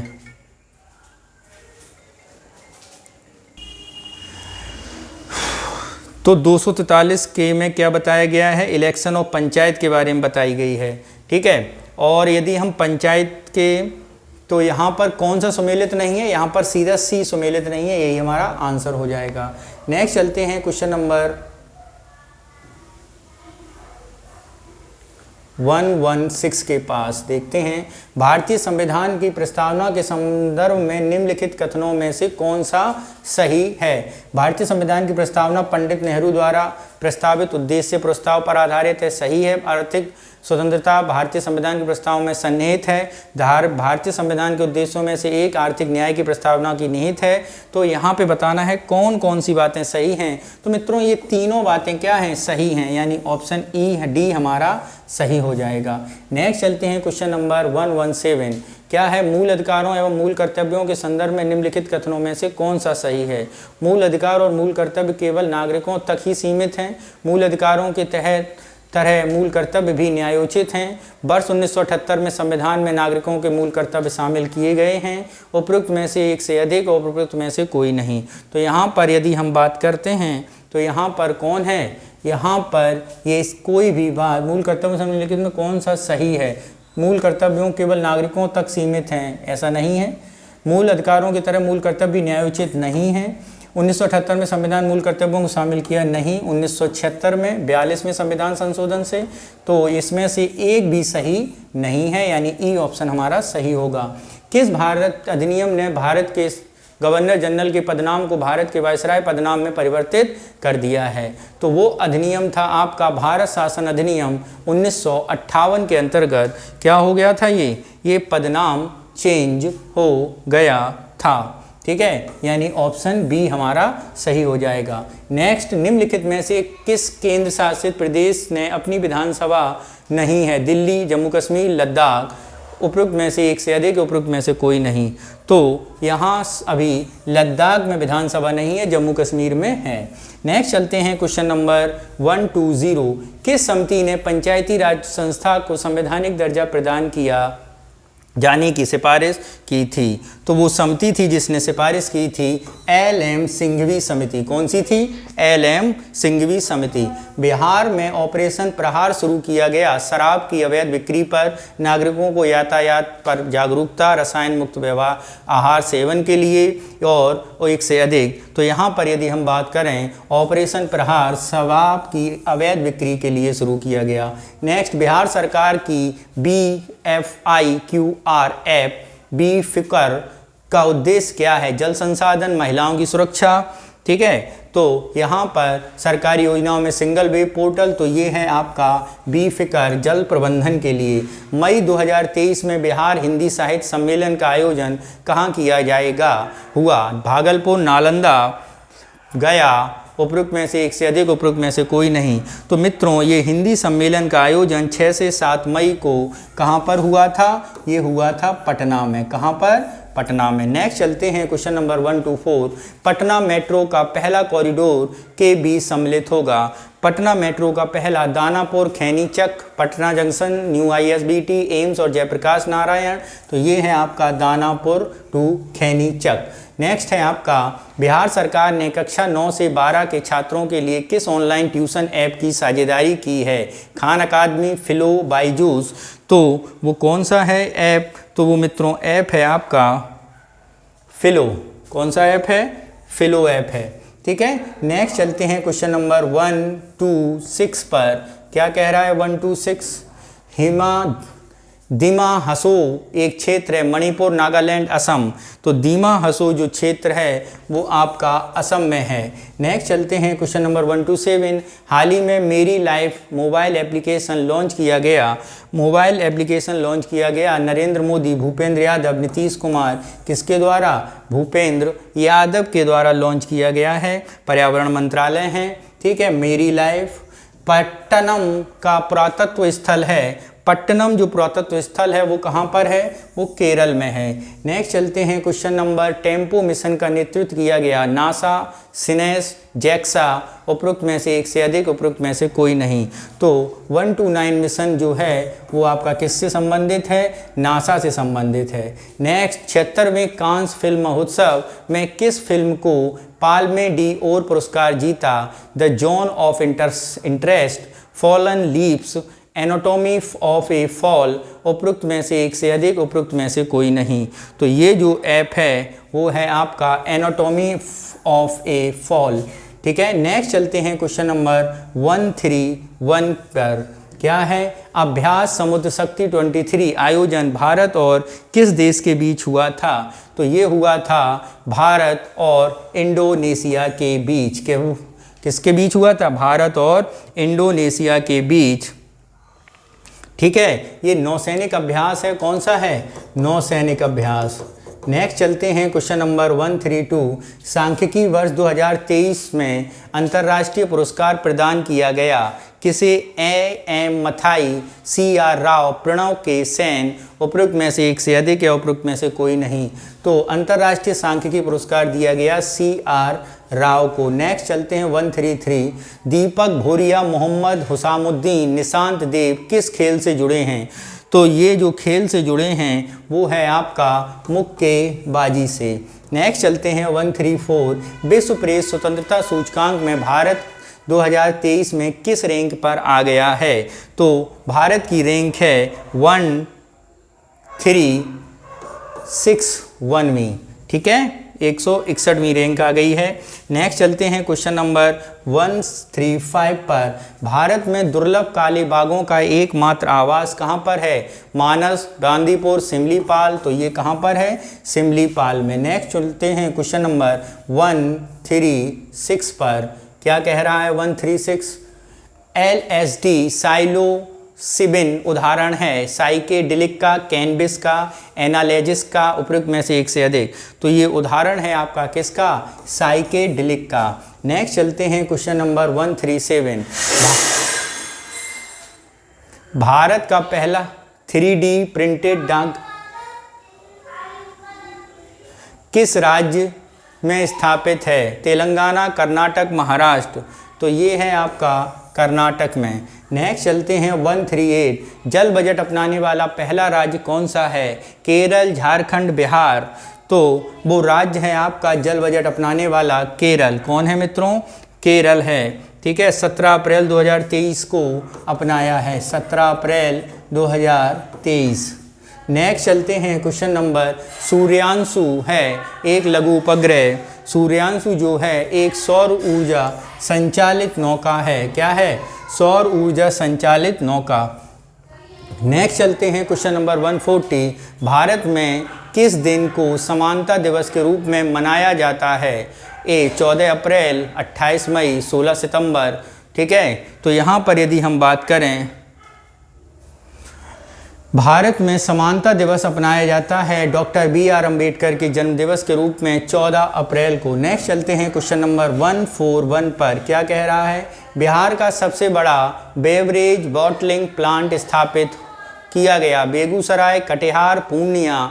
तो ये शुरू किया गया है कहाँ पर? बेगूसराय में। नेक्स्ट चलते हैं क्वेश्चन नंबर 142, बिहार के निम्नलिखित में से किस संस्था को परम सुपर कंप्यूटर मिलने जा रहा है? परम सुपर कंप्यूटर बिहार की भारतीय प्रौद्योगिकी संस्थान पटना को, NIT को मिलने जा रहा है। नेक्स्ट, राष्ट्रनायक नरेंद्र मोदी राष्ट्रवाद से समाजवाद की ओर पुस्तक का विमोचन किया गया। अवधेश नारायण सिंह, राजेंद्र विश्वनाथ आर्लेकर, अवध बिहारी चौधरी। ठीक है, विमोचन किसके द्वारा किया गया है ये बताना है। तो ये विमोचन किया गया है मित्रों राजेंद्र प्रसाद आर्लेकर द्वारा। नेक्स्ट चलते हैं क्वेश्चन नंबर 144, कौन सा नगर निगम भारतीय केंद्रीय बैंक डिजिटल मुद्रा का उपयोग करने वाला देश का पहला नगर निगम बना है? तो वो है आपका पटना नगर निगम। कौन सा है? पटना नगर निगम। नेक्स्ट चलते हैं क्वेश्चन नंबर 145, मिशन परिवर्तन संबंधित है बिहार में मातृ मृत्यु दर में कमी लाने से, बिहार में अस्पतालों को मरीजों के अनुकूल बनाने से, राज्य में शराब के अवैध निर्माण को समाप्त करने से। तो यहाँ पर कौन सा ऑप्शन सही हो जाएगा? अस्पतालों में मरीजों को अनुकूल बनाने से। नेक्स्ट चलते हैं क्वेश्चन नंबर 146 पर। क्या कह रहा है 146? उसे समझते हैं। राज्य में ट्रांसजेंडरों की भागीदारी सुनिश्चित करने हेतु बिहार में चुनाव के लिए राज्य आइकॉन किसे बनाया गया? तो राज्य आइकॉन बनाए गए थे आपके मोनिका दास को। ठीक है, नेक्स्ट, बिहार में विजय उत्सव किस तिथि को मनाया जाता है? तो बिहार में विजय उत्सव मनाया जाता है मित्रों 23 अप्रैल 2023 को मनाया गया। ठीक है, नेक्स्ट चलते हैं क्वेश्चन नंबर 148, हाल ही में मरचा चावल को GI टैग प्रदान किया गया। यह चावल बिहार के किस जिले से संबंधित है? मरचा चावल जो है वो बिहार के पश्चिमी चंपारण जिले से संबंधित है। किससे है? पश्चिमी चंपारण जिले से। नेक्स्ट चलते हैं, अंजनी कुमारी किस खेल से संबंधित हैं? अंजनी कुमारी तीरंदाजी, भाला, हॉकी। तो मित्रों अंजनी कुमारी जो हैं वो किस खेल से संबंधित हैं? वो भाला से संबंधित हैं। आज का लास्ट क्वेश्चन, बिहार दिवस किस वर्ष मनाया जा रहा है? तो बिहार दिवस के अगर मनाने की बात की जाए तो मित्रों बिहार दिवस या बिहार जो बनाया गया था वो 22 मार्च 1912 को अलग हुआ था। कब हुआ था? 22 मार्च 1912 को। ठीक है, तो इसी से 2010 में बिहार की स्थापना का दिवस मनाया गया। कौन सा दिवस मनाया गया बिहार स्थापना का? ये 111वां स्थापना दिवस। कौन सा? 111वां स्थापना दिवस। ठीक है, स्थापना दिवस के रूप में बिहार बना कब था? 22 मार्च 1912। कब बनाया गया था? 22 मार्च 1912 को एक अलग प्रांत के रूप में बिहार की स्थापना की गई थी। तो मित्रों ये रहा आपका बिहार पीटी से रिलेटेड 150 क्वेश्चनों का एक संकलन जो दृष्टि IAS संस्थान का है, और ये पेपर अपलोड कर दिया जाएगा कुछ ही देर में आपके हमारे एग्जामोफोबिया चैनल पर, और इसके साथ ही अन्य संस्थानों के भी पेपर हमारे चैनल पर अपलोड किए जा रहे हैं। और शीघ्र ही हम लोग एक टॉपिक वाइज सॉल्यूशन बेस्ड एक प्रोग्राम, क्वालिटी इंप्रूवमेंट प्रोग्राम लेके आ रहे हैं जो आपके आगामी एग्जाम के लिए काफ़ी महत्वपूर्ण होगी। तो मन लगा के पढ़ाई कीजिए और स्वस्थ रहिए, मस्त रहिए। जय हिंद।